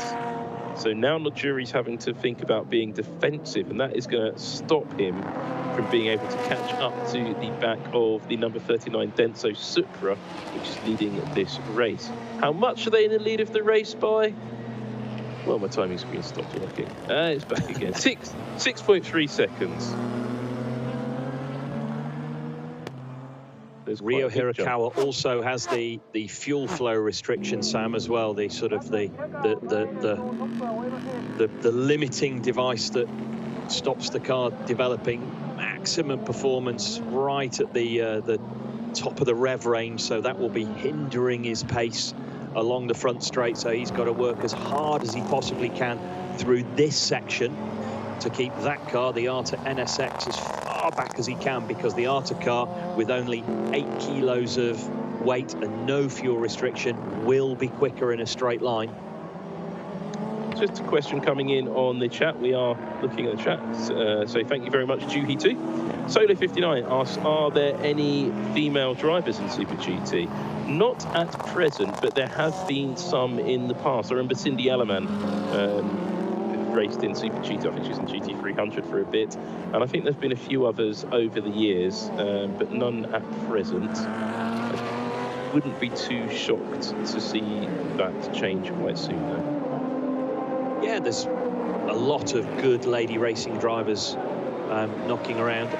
One of the best ones is convalescing at the moment. She may or may not be watching. So if Catherine Legg, with her leg in plaster, is watching, good morning, Catherine, hope you're getting well. As we watch Sakaguchi defending from the Red Bull NSX into turn 1. Again, going defensive down into the fast left-hander here. And again, the number 36 Toyota carrying 82 kilos of ballast and having that fuel restriction applied as well. So having to work very hard to keep the Red Bull NSX behind.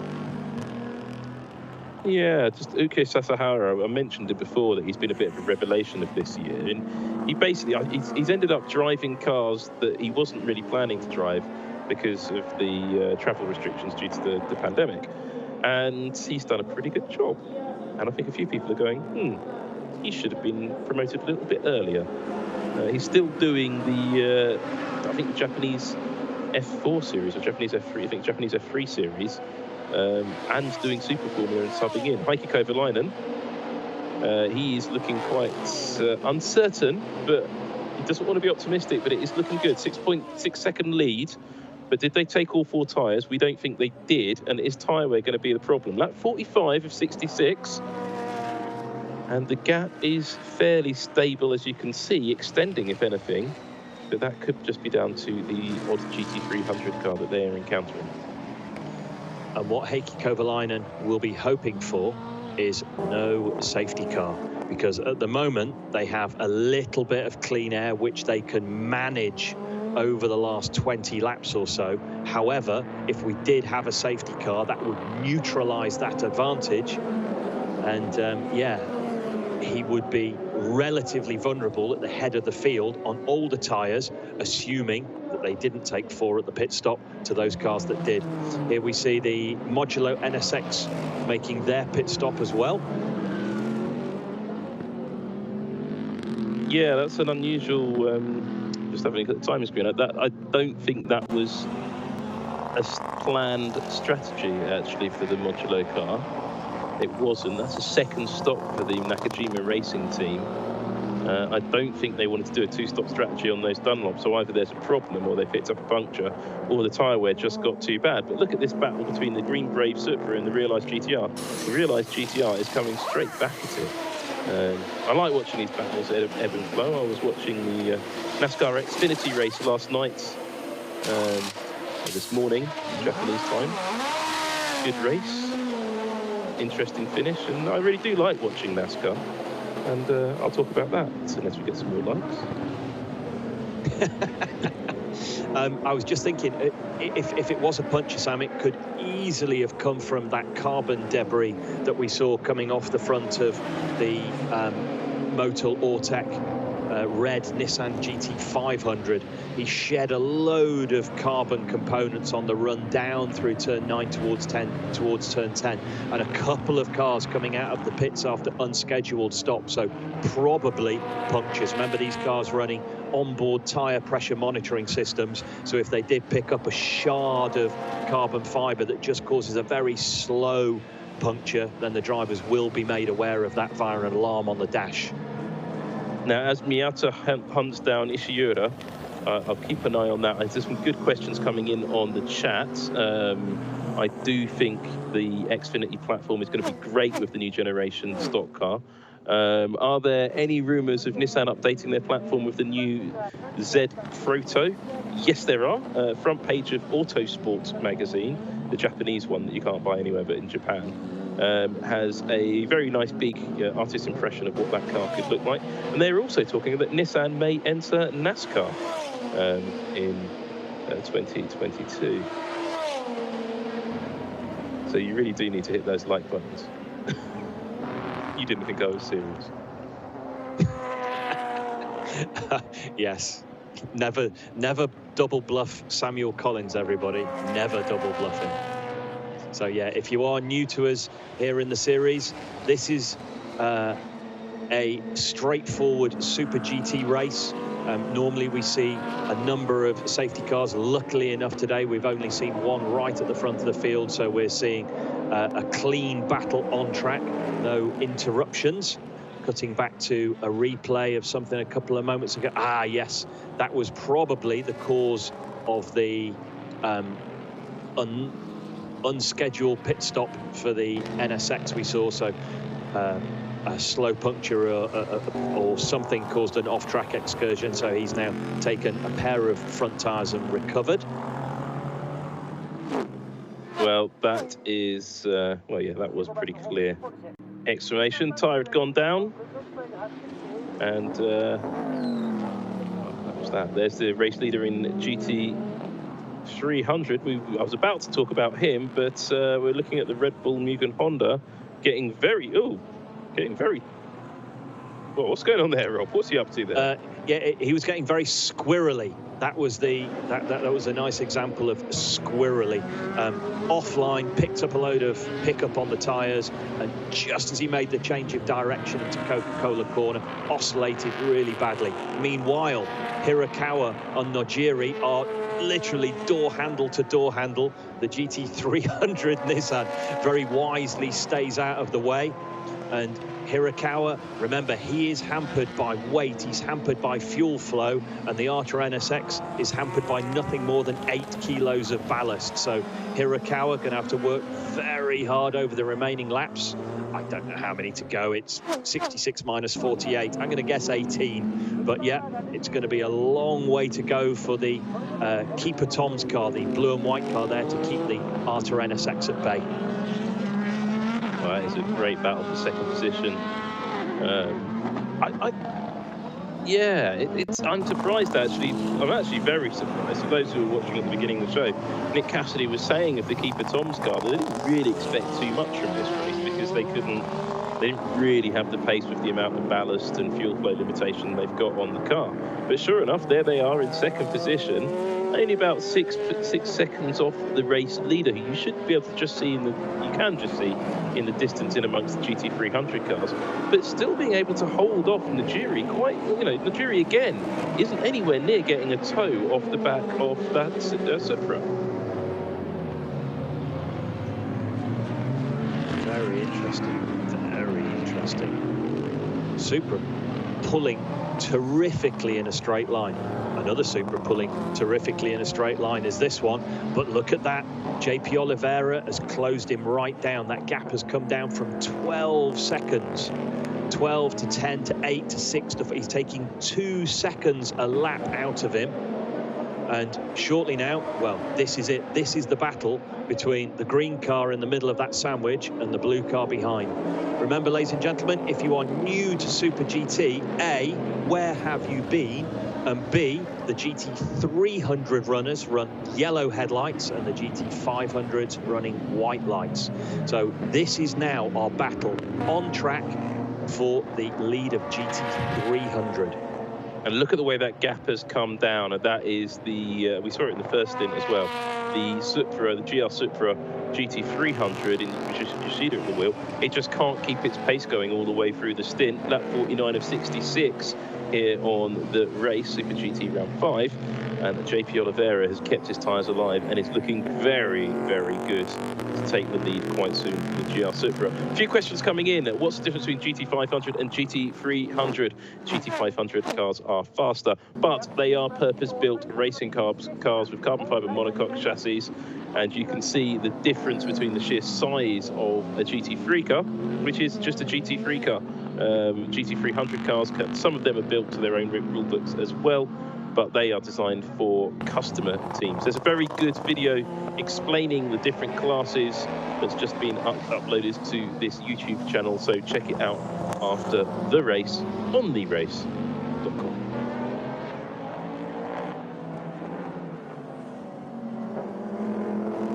Then some questions coming in about the ballast on the cars. Why is it different ballast for different types of car? It's success ballast, simple as that. So 2 kilos for 1 point in the championship. Jan Mardenborough has 4 kilos of ballast, so only 2 points in the championship.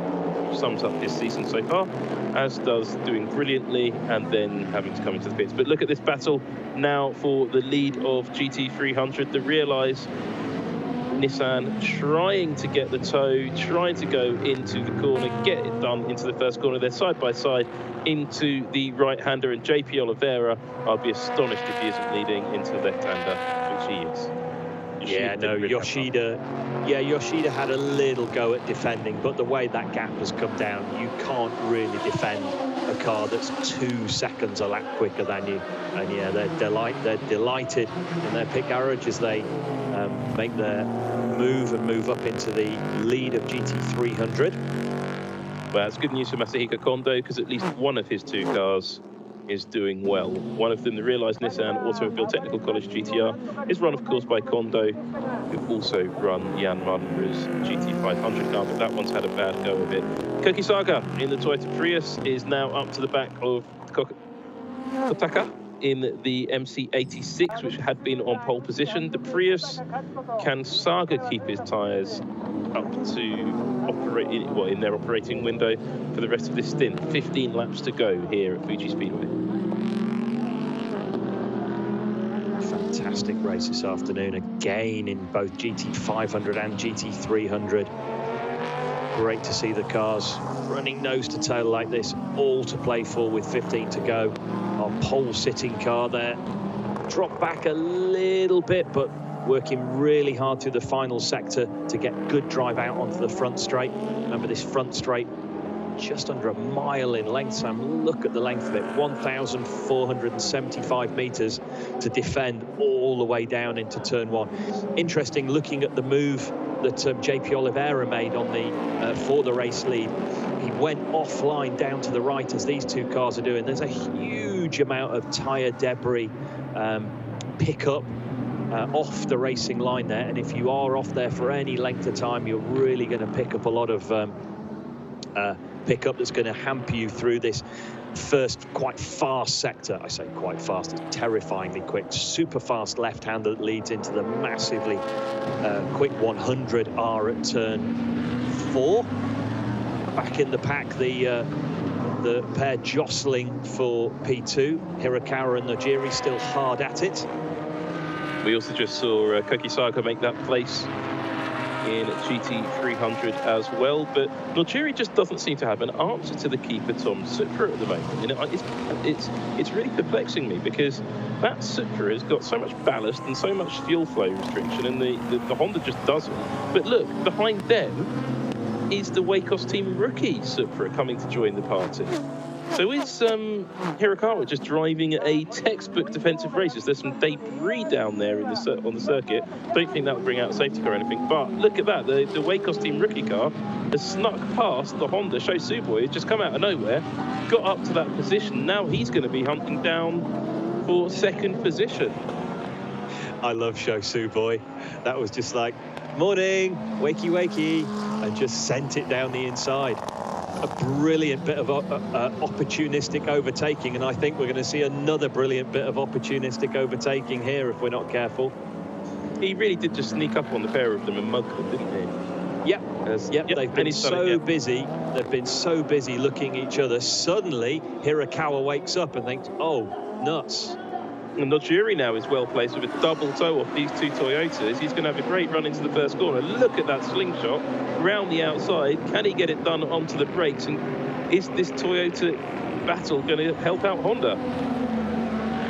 No, because I think the Honda might be forced round the outside by Hirakawa. No, Hirakawa has just lost 2 positions.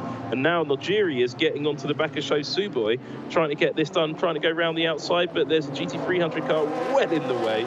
The Audi just turns in and blocks those 2 cars. Look at the gap it already made. Yeah, Sho Suboi will be buying him a cup of tea later. That's taken the pressure off him.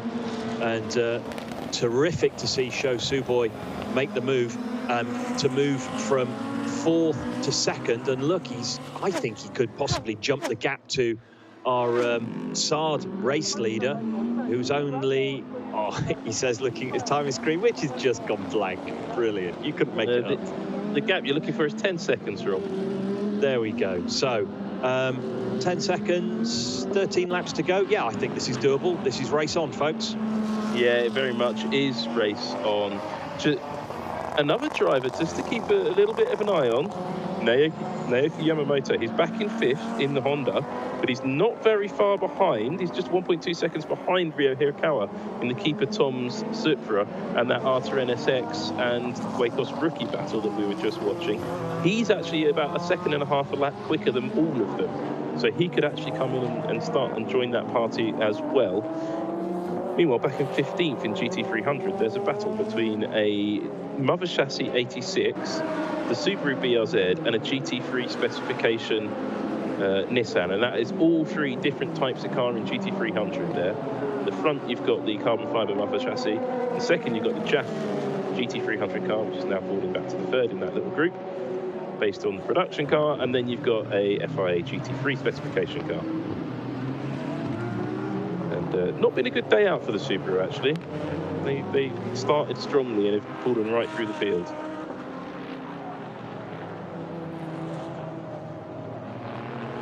Yeah, they normally show quite well round here. Yeah, like you say, disappointing, but another great battle at the tail of the GT500 for the final selection of points here is 8th, 9th and 10th. The Calsonic car mixing it up with Sekiguchi there as they come through the centre of turn 4. Sekiguchi going defensive for the left-hander at the hairpin here, and yeah, just about keeps him covered off for now. Yeah, this battle's going to run and run though. That blue car isn't giving in. Great camera angle. They were 3 wide with that GT300. They were touching and banging wheels almost between Sekiguchi and Hiramine in the orange AU Tom Supra and the blue car, blue Nissan. Sekiguchi always has this really transparent body language. He pushes so hard. You can almost see him with his elbows out in the car. Really aggressive driver looking to cut through the traffic as quickly as he possibly can. And yeah, keen to make moves and make them stick. Just looking at the chat as this battle goes on as well. Seeing some fans, some people who are some fans of the Hatsune Miku car.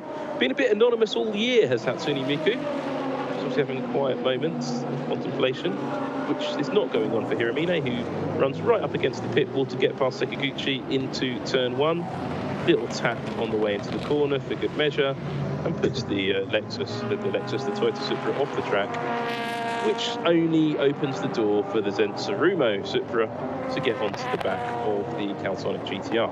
This battle is far from over. 11 laps to go, though.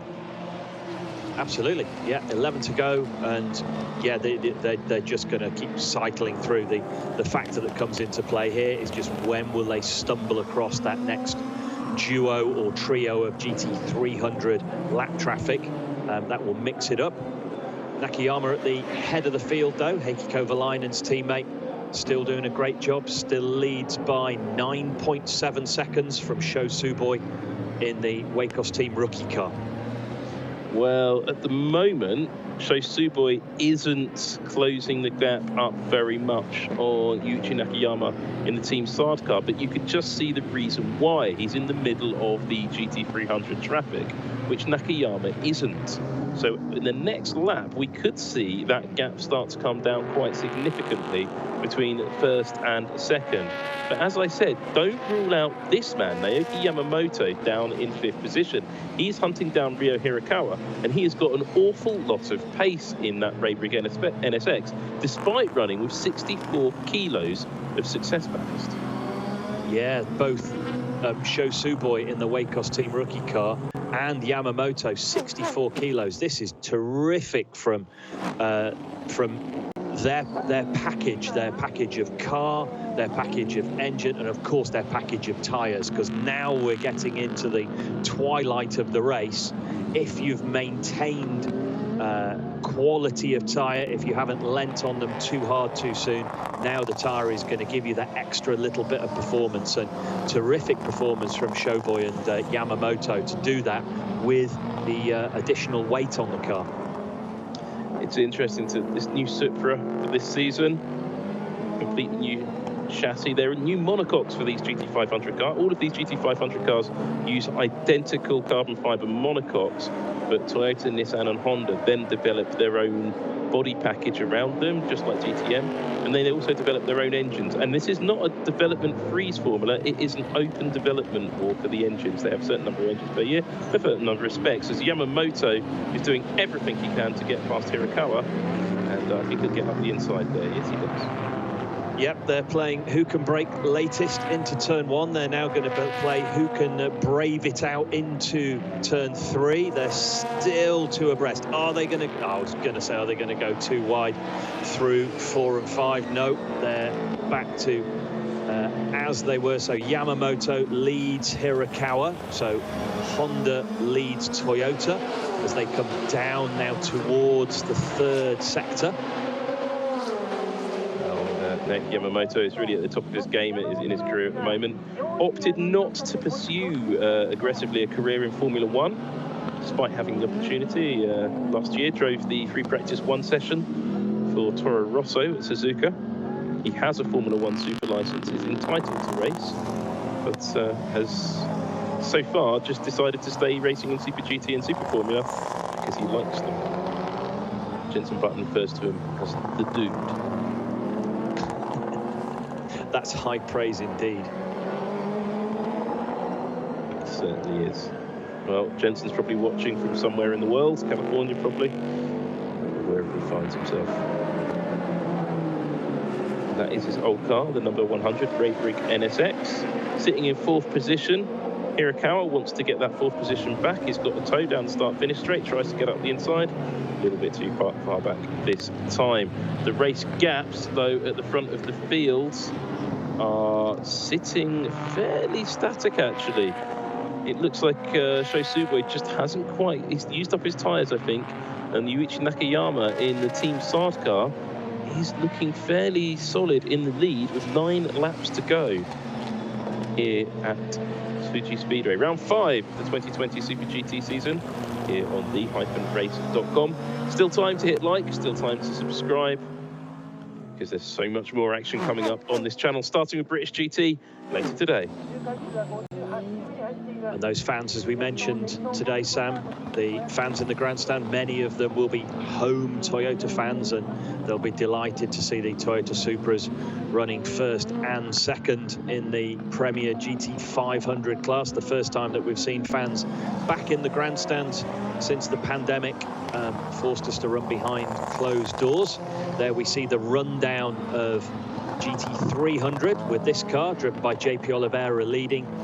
He's pulled out 11 seconds over the Green Brave GR Supra that we saw win here earlier in the season against the Leon AMG in 3rd. The Leon AMG, the black AMG, carrying that massive 117 kilos of weight ballast. So it'll be interesting to see how those positions are reflected in the championship table, should they stay the same.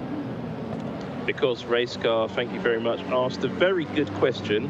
How did Honda get away with building a purpose-built race car for this series in 2010 when there was no intention of producing a production car? It built a front-engined car called the HSV 010, or rather dome-built it for Honda. There was no production car based on it, but it raced in this series for a few seasons. Good question, and I think they sort of hinted that they were going to build a car that was like that, and then never did. And then they had to go back to building the NSX as it is. The regulations previously have been that the engine must be in the same position as it is in the production car. So in GT500, the rules have changed for this season. The engine must now be in the front, regardless of the production car. They're still hard at it in GT500. 4P4 Sam, Ryo Hirakawa and Yamamoto still pushing hard. And yeah, we see Hirakawa diving down the inside of Yamamoto coming down into turn 10. Yeah, he got that done. So that battle is far from over, and I think we're going to see counter-attack coming quite soon. There's Hirakawa. But he's a little bit of, got built up a little bit of a gap back to the Nissan, to the Honda there. And the Raybrick NSX driver, Naoki Yamamoto, NY in the windscreen. I don't really like those windscreen lights. I don't think they're quite clear enough. Making his way, just hovering back. 7 laps to go. Is Yamamoto just thinking about seizing his opportunity? They're in a bit of clear air at the moment, which means there's some GT300 cars to come and get in the way. And that could be the opportunity. But there's the Wacos team rookie car. New team into Super GT this year, also racing in Super Formula. Inging run the car in Super Formula in Super GT. This car, the 4CR GR Supra team. It's not the Team Le Mans car that used to have the Wacos sponsorship. They've left. They're now racing in GT300. That car is actually run by the Subaru team, who run the famous Zent Subaru car, which isn't being very quick in this race. Meanwhile, Tsukakoshi is in the Keihin NSX, is getting wheel-to-wheel with Sekiguchi over a position that scores no points whatsoever. Yeah, it's been a hard afternoon for our Tom's AU squad, which have been right at the pointy end of the championship, and yeah, they've been hit hard with fuel flow restrictions and the success ballast, so tricky afternoon for them. It's always this stage in the race, Sam, where I start to think about the cars that I know are out there and we haven't seen. You mentioned one a moment ago, the Zent Tsurumo car. We haven't seen much of the Aston Martin in GT300 or even the Lamborghinis, as we see. Let's see, Mardenborough getting more tyres. Yeah, Mardenborough getting another set of Yokohama boots there. So they're continuing their test program. I think he's just going to go out and try and have a run for fastest lap, you know. Yeah. Makes sense. Point. So still some people pretending to warm their tyres at this stage in the race. They're not warming their tyres at all. They're just trying to break the toe down this long start-finish straight. And look, the Leon Mercedes is being hassled by that car you said has been a bit anonymous. There is the Aston Martin. And the Green Brake System. Is he on the same lap, the Aston Martin, or is he a lap down, Sam? You know your timing screen, yeah? Well, mine keeps doing the same as yours, and no, he's not on the same lap. That's what I thought, just checking. But certainly the gap between the Supra has come down and the black AMG has. The Aston Martin behind certainly has pace on track, but he is a lap down. The Gaynor Tanax GTR defending there from a car that we haven't seen all afternoon, the BMW M6. There you go, arrow at the wheel of that. Now, this is important in terms of championship points. The number 11, driven by Hironaka, is a real championship contender going into this race. And this is not the position it wants to be in. But you can see the reason, 100 kilos off the ballast. And the steady BMW, 0 kilos of ballast, but the Nissan is still able to hold on. Hatsune Miku just ahead of the pair of them on 21 kilos of additional weight. The 31 Prius on 15 is still holding on to 5th position, which I think they'll be happy with. But up the front, they realise GTR has the advantage over everybody. 15 seconds, in fact. So JP Oliveira looks like he's on course for a very good race result, and I think he'll be happy. Portuguese man. So this is a battle not only on track, but also for championship position, Sam. We've got two of the cars that are at the head of the GT300 championship field fighting for position. Currently, the Green Brave car leads as it comes through turn 2, but looking at the body language of the AMG behind, I just wonder for how long. It's interesting, we talked about how anonymous the Aston Martin's been. It's clearly got the same pace. It's clearly got more pace, in fact, than the Green Brave Supra. And it's holding on to the back of that Leon Mercedes very well indeed, but being a lap down can't really do very much about it. Yeah, Mardenborough's coming past a lot of them now. Will that interrupt the flow of this battle? There's Mardenborough in his GT500 Nissan. Is he just going to blow by them? Yes, he is. But is that going to open the door up? There's another GT500 car back there as well. Is that going to open the door up for the Mercedes? No, it's not. The Supra has seen it coming. And the Cayenne NSX there trying to get through this traffic as quick as possible. As it seeks out that final GT500 point. I don't think it's going to get it. 4 laps to go. There's a big question mark over who will be second in GT300. It's still far from done, is it? Far from done. The ARTA NSX, the number 55 in GT300, is not all that far back behind the back of this battle as well. But look at that. You could not get a better tow than Fuji Speedway. That's the pit entry. The Leon Mercedes is just going to suck up to the back of the Toyota Supra there and just try and slingshot past around the outside. There you go. But the Supra, it just hits that wall of air, and the Supra just better on the brakes, turns in. Sorry, mate, you can't have the line there. And it just can't get the drive out of the corner that the Supra can. So the Leon is having a very hard time getting past, but you can see that the Supra is holding up the field behind it, because there, in the background, is that number 55 Honda beginning to come up to the back of that Aston Martin. This could well be, with 3 laps to go, a three-way fight for the podium positions. It will do. I think they're going to have to somehow remove the Aston Martin from the mix via either a radio message from race control or some incredibly accurate blue flagging.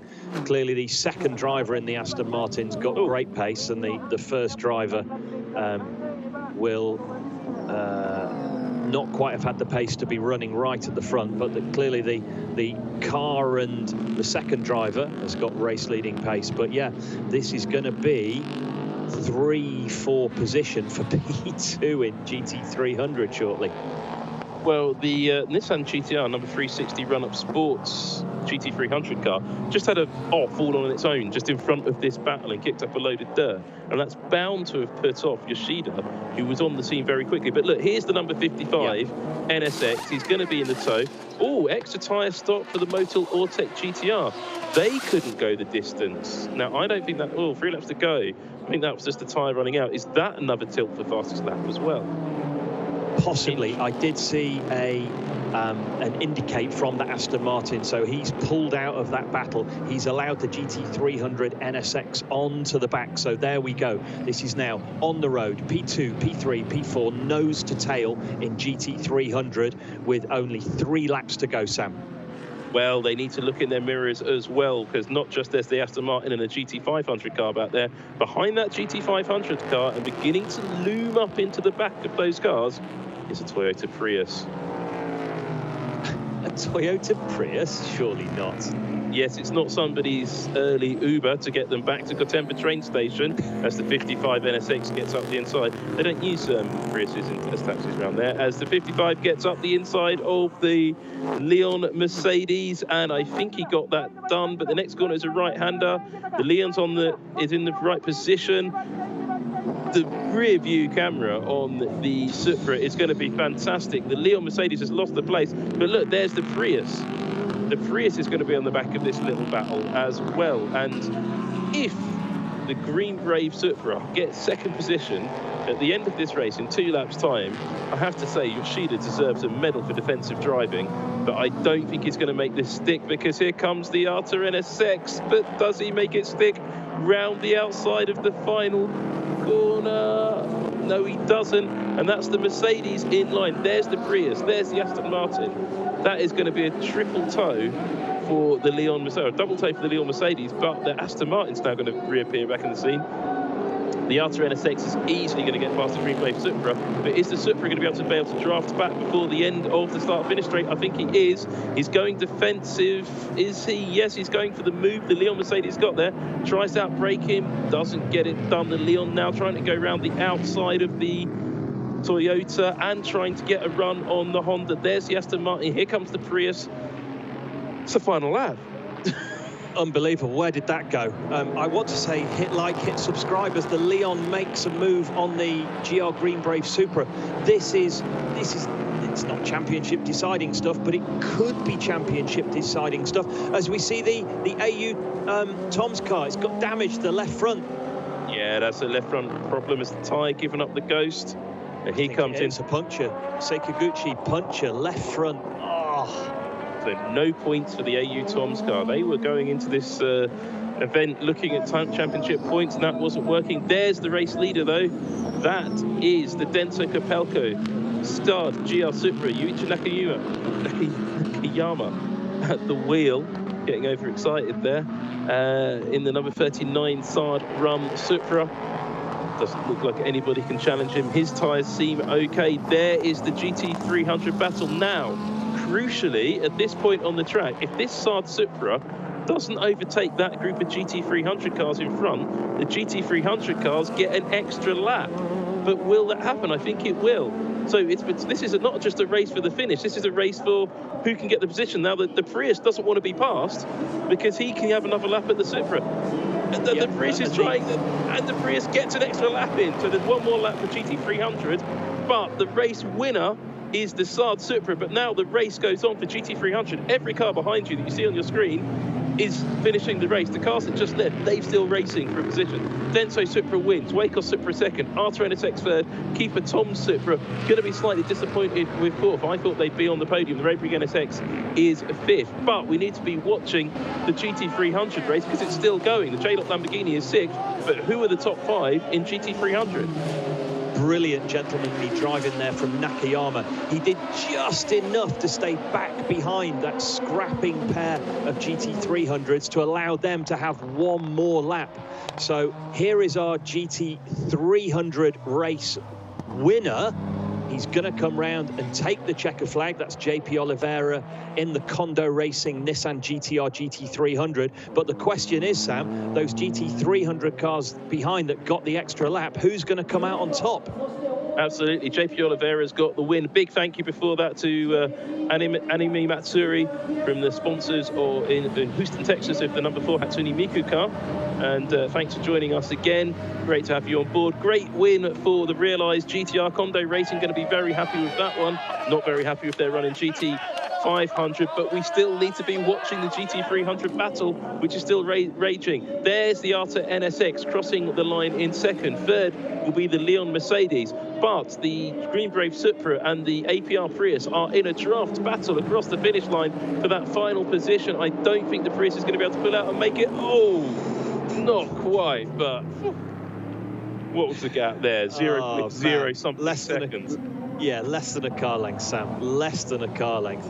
There's our race winner, Nakayama, and big thanks to him for letting us have that last lap drag race up to the line. And look at the body language. He's delighted, Sam. Toyota win their home race. What a return to the Fuji Motor Speedway. And, well, I certainly didn't call that today. I didn't see that one coming at all. No, that's a surprise result, I have to say. Well, stay tuned with us here on the-race.com. Still time to hit like and subscribe. We're going to be hearing from all of the winning drivers. We're going to have Heikki Kovalainen. We're going to have JP Oliveira. We will probably have a few others in the interviews in a moment, though the interview system sometimes produces unpredictable interview results. But in a minute, well, right now, in fact, we will see the winners getting out of that team Sard Supra. They've really turned it around this season. We're about to see JP Oliveira come into Parc Fermé as well. Great result for them. And, well, that's been quite a race. All season, GT300 has been a sensation, and it's been no different here at Fuji Speedway in round 5. But attention now on GT500. There are our race winners, Heikki Kovalainen and Yuichi Nakayama for the team Saad Kabelco Supra. Another win for Toyota. Bridgestone embroidered loud and proud on their overalls, and a fantastic afternoon for them, Sam. Top 5 runners all running the Bridgestone tyre. And for Anime Matsuri, who's been a big supporter of us, and they sponsor that Hatsune Miku car, we'd like to know more about their business.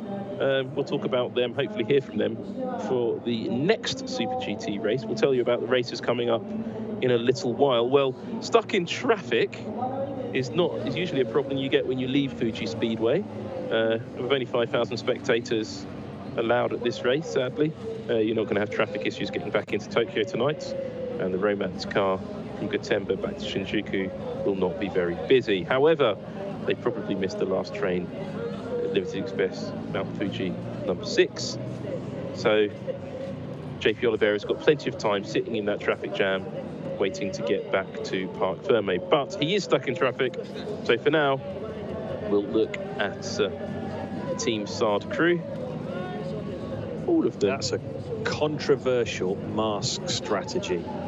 Yeah, it's a bit mixed up. Well, I think Heikki Kovalainen didn't get the team radio message that he was supposed to wear the different colour mask. If you look at Yuki Wakisaka, the team principal, and JP Oliveira's got out of the traffic now, and Nakayama, they've got the number 39 branded masks. Heikki Kovalainen obviously didn't bring his to the track, and I think that is, that's a moral hazard demerit slightly for the Finnish driver.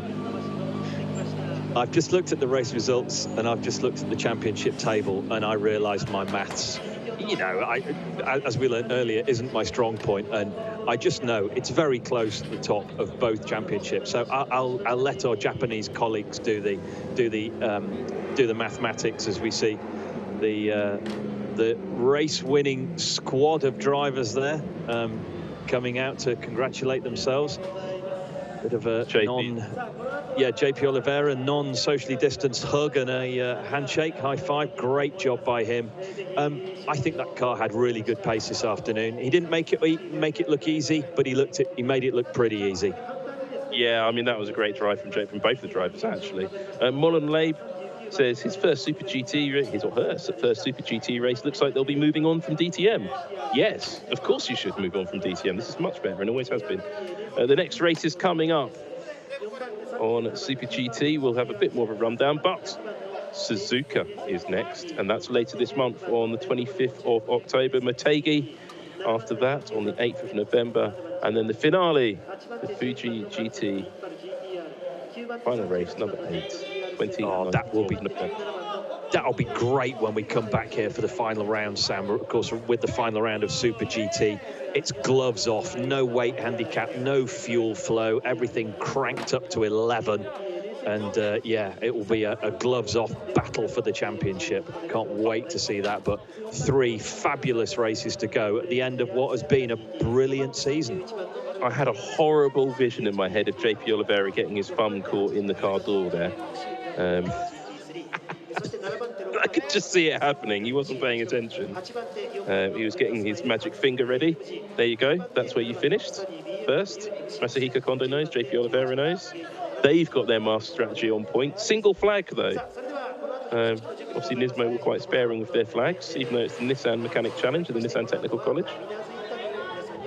This is Nissan training its next generation of race and actual production car engineers and mechanics through the Kondo Racing. Sebastian Vettel's got lots to answer for with that single digit. No one did that till he came along. I think the Japanese did do it first. Oh, did they? That's all right then. I'll forget. Yeah. And also Sebastian Vettel never managed to get it entirely upright. It was always on a slight angle. The chances of seeing that again this year are slim, frankly. So we're about to hear from Heikki Kovalainen. You remember that 11 months ago in Autopolis that you were the 5th winning in Super GT? How was that? Yeah, of course, a great race for us. It's been a strange old season, you know, with the coronavirus. The whole world's been upside down, and for myself, I missed the first 2 races, and our team also, we have a lot of changes in our team. So we've been working hard, and we've had some struggles. You know, the last few races we haven't been performing like we want, but this weekend I think we made some good steps forward. Already yesterday the qualifying was pretty good, and our tire for the race today was really good. A little bit of a struggle at the beginning of the race, the first couple of laps, to get the tires warm, but then once I got them going, the tires were so strong, and yeah, big thanks to the Toyota and to our Bridgestone tires. I mean, everything worked really well for us today. まあ今年に関してはですね、皆さんご存知のようにですね、コロナウイルスに関してですね、最初の2戦は自分は出場できないという状況にあって、その後ですね、来日して戦ったわけなんですけども、予選等でですね、自分頑張ってそのいいことを見せることはありますけど、今回に関してはですね、もうすべて車、タイヤすべてに関してチームのストラテジーなんかに関してもすべてうまくいって、で自分のですねスピンとちょっと最初タイヤウォーマーがですね、ちょっと苦しんだ部分はありましたけども、その後タイヤがきちんとウォームアップできればですね、素晴らしいタイヤのパフォーマンスを発揮できたというところですね。One more thing, by the way, I'm so happy that we win this race this season because the fans are here for the first time as spectators. So thank you very much for all the fans for the support. 今回ですね、自分たちが勝てたのはですね、皆さんの前で勝てたということは皆さんと共にですね、この優勝は分かち合えたというところで本当に嬉しい勝利ですというところで、中山選手。And TV director picks up a bunch of other fans. Yuichi Wakisaka nearly having a collision. Yuichi Yakiyama is the next one. He's just laughing at that little mishap, pointing barrier and. いやトップ立ってからですね、ずっとそれをキープするというですね、笑顔になりました。今それはやっぱネタだったのかなって感じもしますけど、おめでとうございます。ありがとうございます。やっぱピットのタイミングと、やっぱサードのメカニックさんのタイヤ交換のスピードっていうのはトヨタ1なので、それを今回ここぞっていう時に発揮してくれて、コース出たら、まあ8号車が前にいたんですけど、8号車をうまくタイヤ温まる前に抜くことができて。そこから37のペースもすごい速くて、最初厳しいなと思ったんですけど、徐々に離れていって、でもそこからも結構燃費にしなきゃいけなかったりとか、大変だったんですけど、ここまでこうやって去年から比べるとやっぱサードのチーム力が本当に上がっていて、それは一人に木坂監督がチームに来てくれて、チームみんなが頑張る方向性というのを整えてくれて、どうやって頑張ればいいのかというところを正しく導いてくれた結果を。チーム力が良くなってきて、何か噛み合えば勝てるっていうところまで来てるんですけど、thanks to my family, thanks to the fans, safe journey home, everybody. That honestly, Sam, that would have done. Yeah, he's still going. 監督に恩返しできたし、what time's sunset in Fuji at this time of year? 工場に一番いいプレゼントを届けられたかなと思います。TRD さん、BS さん。Come on now, we've got places to go and other people to speak to. おめでとうございました。今、脇坂監督のコメントをすべて言ってくれたような感じもしましたけども。Even got a round of applause for stopping from his team manager. おめでとうございます。ありがとうございます。His team manager is somebody who knows racing in this championship very well himself. He's won plenty of races in GT500. It's Yuichi Wakisaka. Because we've got the face masks, we don't get to see his rather expressive face quite often. モータースポーツと車の力で皆さんにちょっとでもね元気になってもらえたらと思ってたんで、それが優勝で終われてね、本当に嬉しかったです。今回チームも苦しい時があったんですけれども、チーム一つになって攻めるんだという気持ちでですね、決勝前も決勝中も貫きました。もう最高のチームとね、チームの頑張りと、トヨタ TRD のエンジンと、そして素晴らしいタイヤに感謝したいと思います。おめでとうございました。近藤監督ももう終わり？はい。近藤監督ももちろんで以上です。すみません。ちょっと長かったです。And then pays attention with his single flag. はい、それでは GT300 クラスです。And now we're going to hear from the GT300 winners, as introduced by Yuki Wakisaka.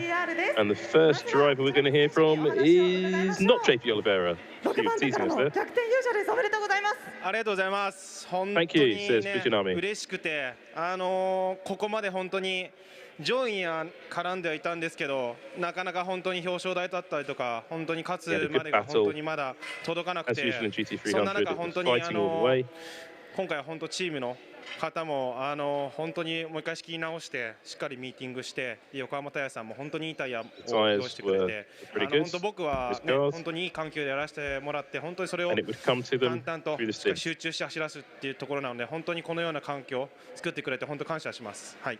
本当に素晴らしいレース、素晴らしい優勝でした。おめでとうございました。Thank you, thank you, thank you, オリベイラ選手にもお話を伺いましょう。GT300 としては初優勝となりますオリベイラ選手です。So JP, it's your first victory in GT300 class. Congratulations.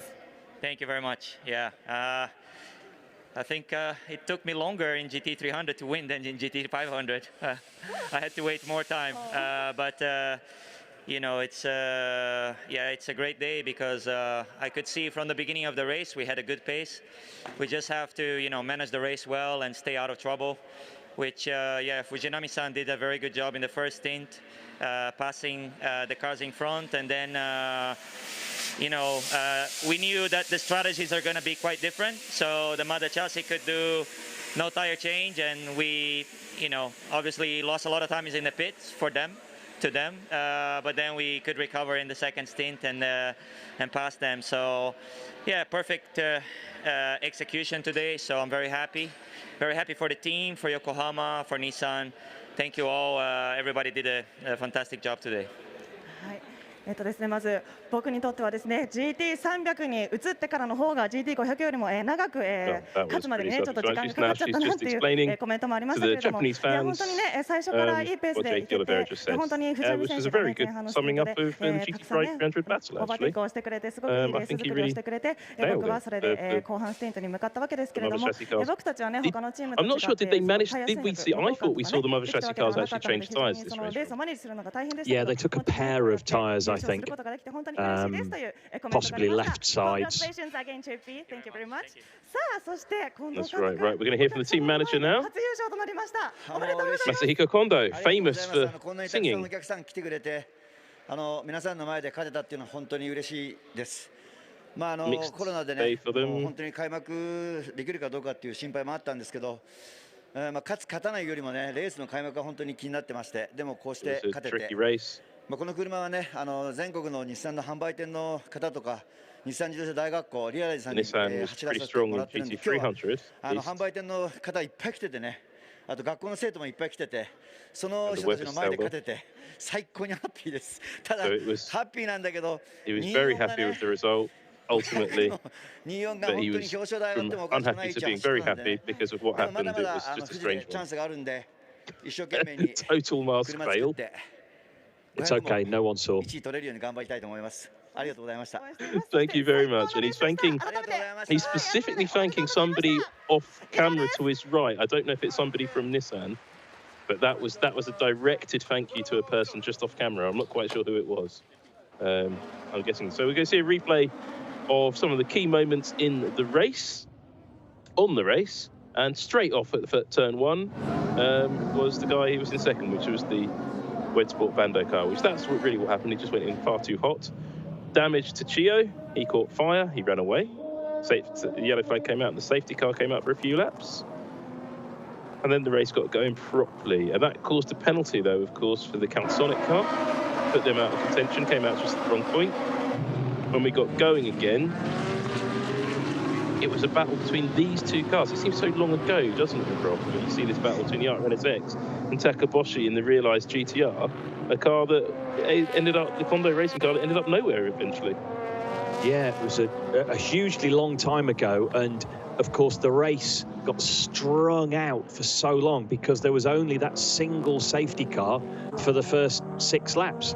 We then had 60 laps of green flag running, and it was battling all the way through. It absolutely was, and the GT300 battle was just as ever, just nuts. But then there was this big problem when Jan Mardenberg got in the car. I don't know if he sort of needs to go back to Wales and do some sort of magic ritual, because he has had the worst luck this year, and that was bad news for Kondo. But his teammate in GT300, car just came into its own and started racing forwards. Masahiko Kondo, who is the Iron Chef judge and a famous singer in Japan, just lots of power ballads, things things like that, was watching this battle, but knowing that his car was just coming through in GT300. While he couldn't compete in GT500, we had this great battle in GT500. This was where the action was in GT300. And this went right through to the end of the race, actually. And there was this wonderful moment, and I'm not sure we're going to see it in this highlights package, where the race leader backed off over the start-finish line so that this battle could get an extra lap in. Here you go, yeah.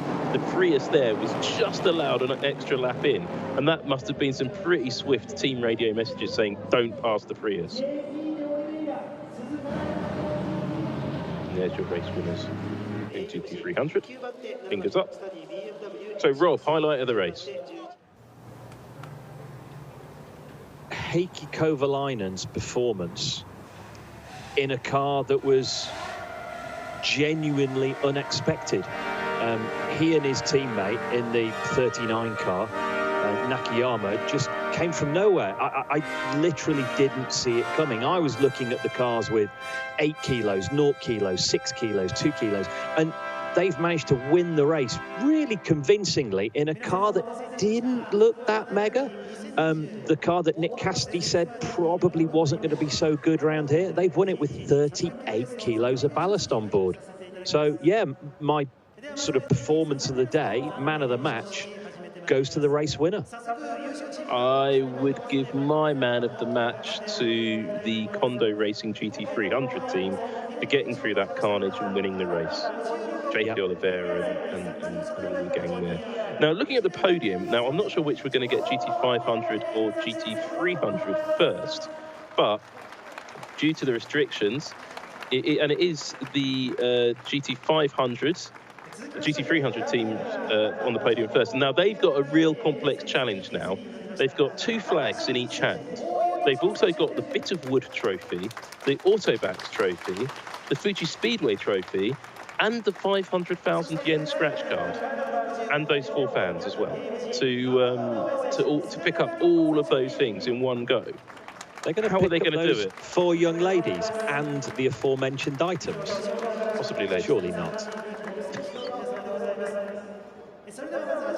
But the Leon Mercedes crew, they've had actually, I mean, they're right to look quite happy in the Leon Mercedes crew. They've picked up a good haul of points coming into this race, as have the After Autobacks number 55 crew, also on the podium there, and happily having the number 55 on the overalls. Now, deploying of flags in pockets, mobile phone on tables, they pick up their trophies. So, and now it's dawned on the Realise group drivers that they can't pick up all of their trophies.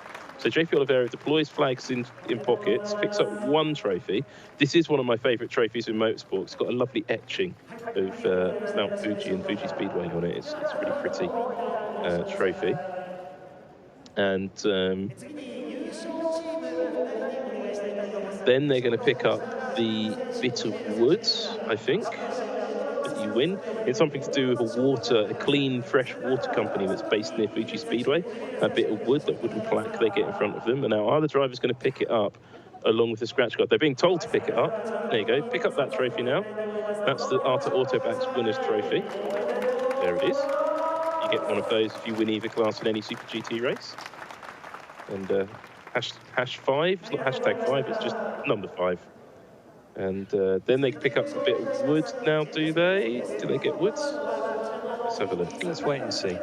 The girl comes in and tells them what to pick up next. And it's the scratch card. It's the scratch card. She needs to be a little bit further down there. We can see her in shot. It's ruining the surprise.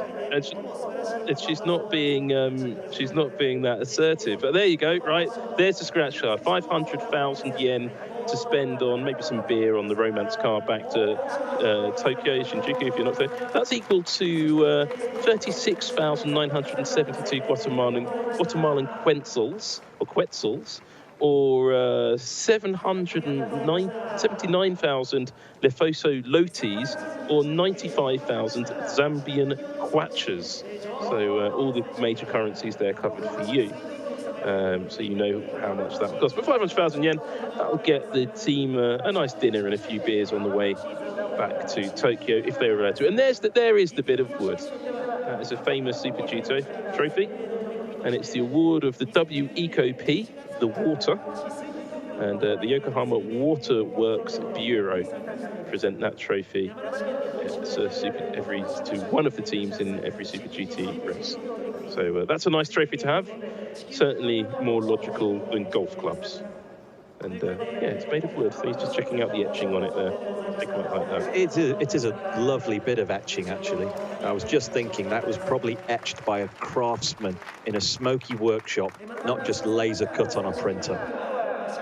Yeah, that's right. I think that was definitely not laser cut on a printer. That would be. That's good. Oh, he's got sawdust on his hands. There you go. Maybe he didn't get any splinters. So now we're waiting for. I'm not sure what we're waiting for. I'm not sure they're sure what they're waiting for. I think we've got to do the whole group shot now. So we've got to pick up a plethora of items. Yeah, it is. For the photographers. The lady's saying you have to pick up the bit of wood and that trophy and your flags. That's JP Oliveira's quite overladen there. He's managed it though. It's quite. I've always thought it's quite smart to put the sponsors logo on the base of the trophy because the drivers lift them up like that, and then you can see the logo. It's something I think a lot of race trophy manufacturers need to put on onto. She'll be putting that on Instagram later. Leon Racing team, the Mercedes team, I think they've really nailed the mask and overalls combo there. It just sort of, it's like a contour. I'm waiting actually, and say in Formula One or maybe this series as well, to when the sponsor deals to start selling sponsors logos on the masks. So that can't be far away. No, and I think the face coverings are going to be around, all joking apart, Sam, for at least another 12 months. So yeah, that's for any interviews, for any sort of head and shoulders type pictures. Yeah, that face covering is going to be a massively expensive bit of advertising space. I wonder how many Zambian kwachas Lewis Hamilton would charge for a logo on his face covering. Probably a few more. I wonder, it's always disappointing when you see the drivers leaving their trophies on the podium like that. I'm told that they do get sort of given to the team later on if the drivers do forget to pick them all up, because there's quite a lot to pick up. But I think with one of those trophies, I wouldn't be letting hold of it. I would keep that. I'd be walking down to the press conference where they're going now with that trophy.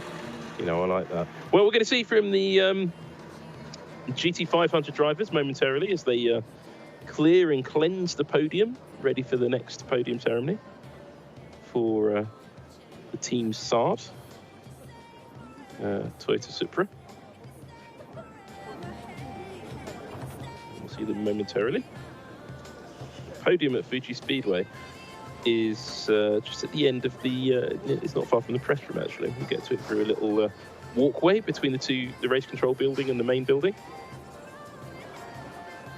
There's photographers waiting to do their photography. And those green and pink tabards denoting where you're allowed to go on the track. And here's the newly reset podium. No scratch card. The Best Performer Award from J Sports is the scratch card, and that went to the GT300 team. So they agreed with me and not with Rob Barff. Well, there you go. I've always said they're a very poor judge of character. Yeah. Now, she's got a very hat's clinging on for dear life, isn't it? There's Heikki Kovalainen. Still has to find the correct mask, but nonetheless, it does the job.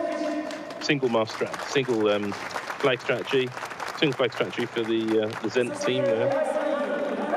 Waco's team rookie, sponsored by, run by Sarumo, hence the Zendt branding on some of those masks. And the AUTECH girls get to stay in position because here's the number 8 car that came home in first position. Double podium for the AUTECH team. Their GT300 car came in on the podium in both classes.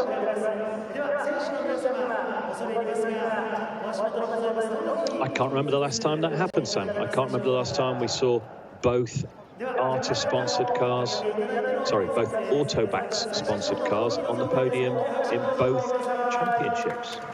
Yeah, it's happened. I just can't remember when. RJ O'Connell's probably still in the chat. Yeah, not recently. No, RJ O'Connell's in the chat. He'll probably be shouting at the screen saying it was then, it was then. Blinky XX in the chat, always a big supporter of us here at Super GT here on the-race.com. Don't forget, you can still hit like, you can still subscribe, and we've still got more racing action coming up on this channel. British GT from Snetterton, that's in Norfolk, where there's no hills, but there is a motor racing circuit, and you will see some very good racing later on with some far more sensible commentary. The weather, though, is far from sensible in Norfolk today. I was that way yesterday, and it was very aquatic. So British GT this afternoon, the weather's going to really mix it up. It's not raining in Hertfordshire at the moment, I can tell you that.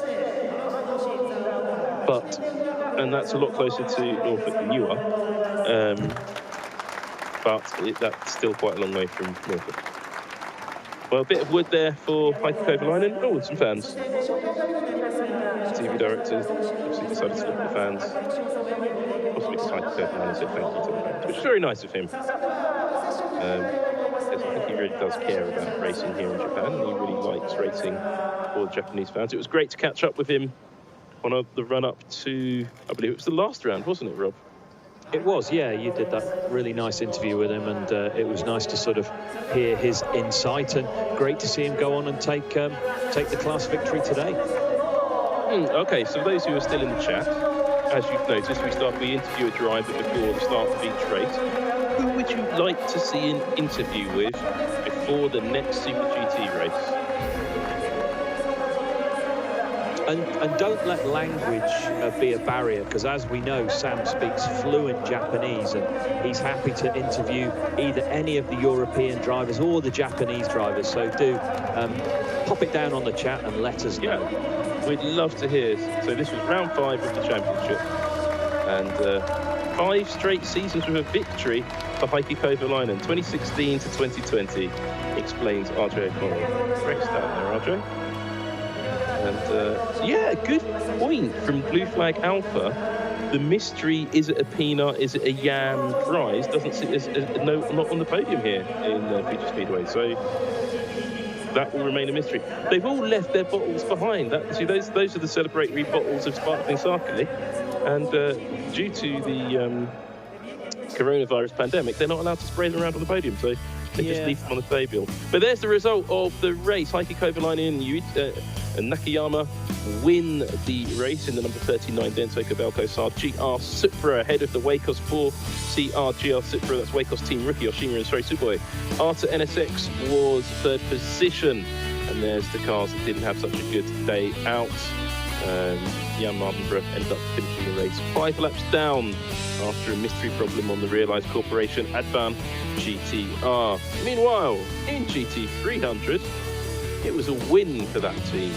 Kondo Racing, number 56 car, GTR, was driven by Fujinami and JP Oliveira, took victory ahead of the Anata NSX. The Leon Pyramid AMG was the only European interloper on the podium here in Fuji Speedway. Saitama Toyopet Supra was 4th, and the Prius came home in 5th. Good result though for the 88 Lamborghini in 6th position. HOPPY Porsche just outside the point scoring places in 11th position. The other Prius down in 20th position, and they're going to be a bit disappointed with that. Nagai and Max Arrido still struggling to find the pace in that car. Subaru BRZ faded badly in the second half of the race, and we'll find out why afterwards. Rounding out the field, 3 laps down, was the Ava RT Test Type 01 X-Works R8. And they are hoping for better form than that through the season. Let's have a look at the championship points, though, and see what that does to the rankings. And it has been an important race. Look at that, car 14, Oshima and Sho Suboi lead the championship now ahead of Hirakawa and Nick Cassidy, just 1 point behind, but only 2 points behind them, Bertie Viguet and Tsukakoshi. Sasha Fenestraz and Sekiguchi 41 points. Yuki Nakayama on his own, just behind them. Then in GT300, Gamu and Tsugunomi in the Leon car lead the points table, which isn't a surprise, ahead of the Gainer Tanax GTR pair with 9 points. That's quite a big gap. In second position, JP Oliveira and Fujinami are still just about in the hunt for the title, as are a bunch of other cars, but it is closing up in GT300. The next race, though, of course, as I said, round 6 of 8, Suzuka circuit on the 25th of October. We'll be here live and exclusive on the-race.com. So make sure you hit that like button and indeed that subscribe button so you will get the notifications for when that action is coming up. And we are hoping over the winter to bring you some special content looking at the details of some of these beautiful, beautiful racing cars. Rob. So thank you very much for joining us, folks. It's been our pleasure, as always, to bring you Super GT on the-race. Looking forward to seeing you all at Suzuka on the 25th of October. Remember, 3 rounds to go. We have Suzuka on the 25th of October. We go back to Twin Ring Motegi, that beautiful circuit in the mountains, on Sunday, the 8th of November, and then back here at the end of November on the 29th. For the gloves off, no success ballast, no fuel restrictions, championship finale on November the 29th. As the cars line up on the start-finish straight, we haven't asked you where you are all watching from, so don't forget to put into the chat right now, because there's still nearly 3,000 of you watching. Let us know where you're watching from, and don't forget to tell us who you want to see us interview ahead of the next race at Suzuka, and we will get them in front of a camera talking to us to find out what they think about the race. You see the cars, though, lined up on the start-finish straights, just ahead of final race scrutineering. Standard procedure, that's why there's a marshal guarding them. But it's been a fantastic race here at Fuji Speedway, and I'm really looking forward to the next race. But it was thank you to the medical staff from Nissan. Some empty grandstands, some empty flags. But at Fuji, the fans returned.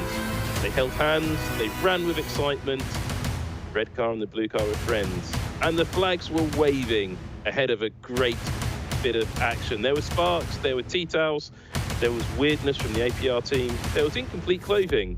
She wanted a phone call. There was a fighter plane. Randomly, there was a boy taking photos, there was a finger, there was a fire, there was some debris, there was a GEO, there was a safety car. A green car passed another, there was some out-of-focus photography. The Finnish man had eyes, a dog in racing costume. A celebration, a battle, and the bravery NSX. Nick Cassidy wasn't sure, nor are we. 30 Baguette took up rowing, a teddy bear on a stick. There was some praying on the pit wall. There was some battling in GT300. There was some flag waving. And then there was a win for Heikki Kovalainen, the Denso Capelco Team Sarge. There was a girl not mopping her eyes because JP Oliveira took his first GT300 win. Masahiko Kondo celebrated, some fingers were elevated, and we have had a fantastic 5th round of the 2020 Super GT season here on the race. So thanks for joining us, and we will be back with you at Suzuka. But stay tuned for British GT at Snetterton. See you later, and thanks for watching.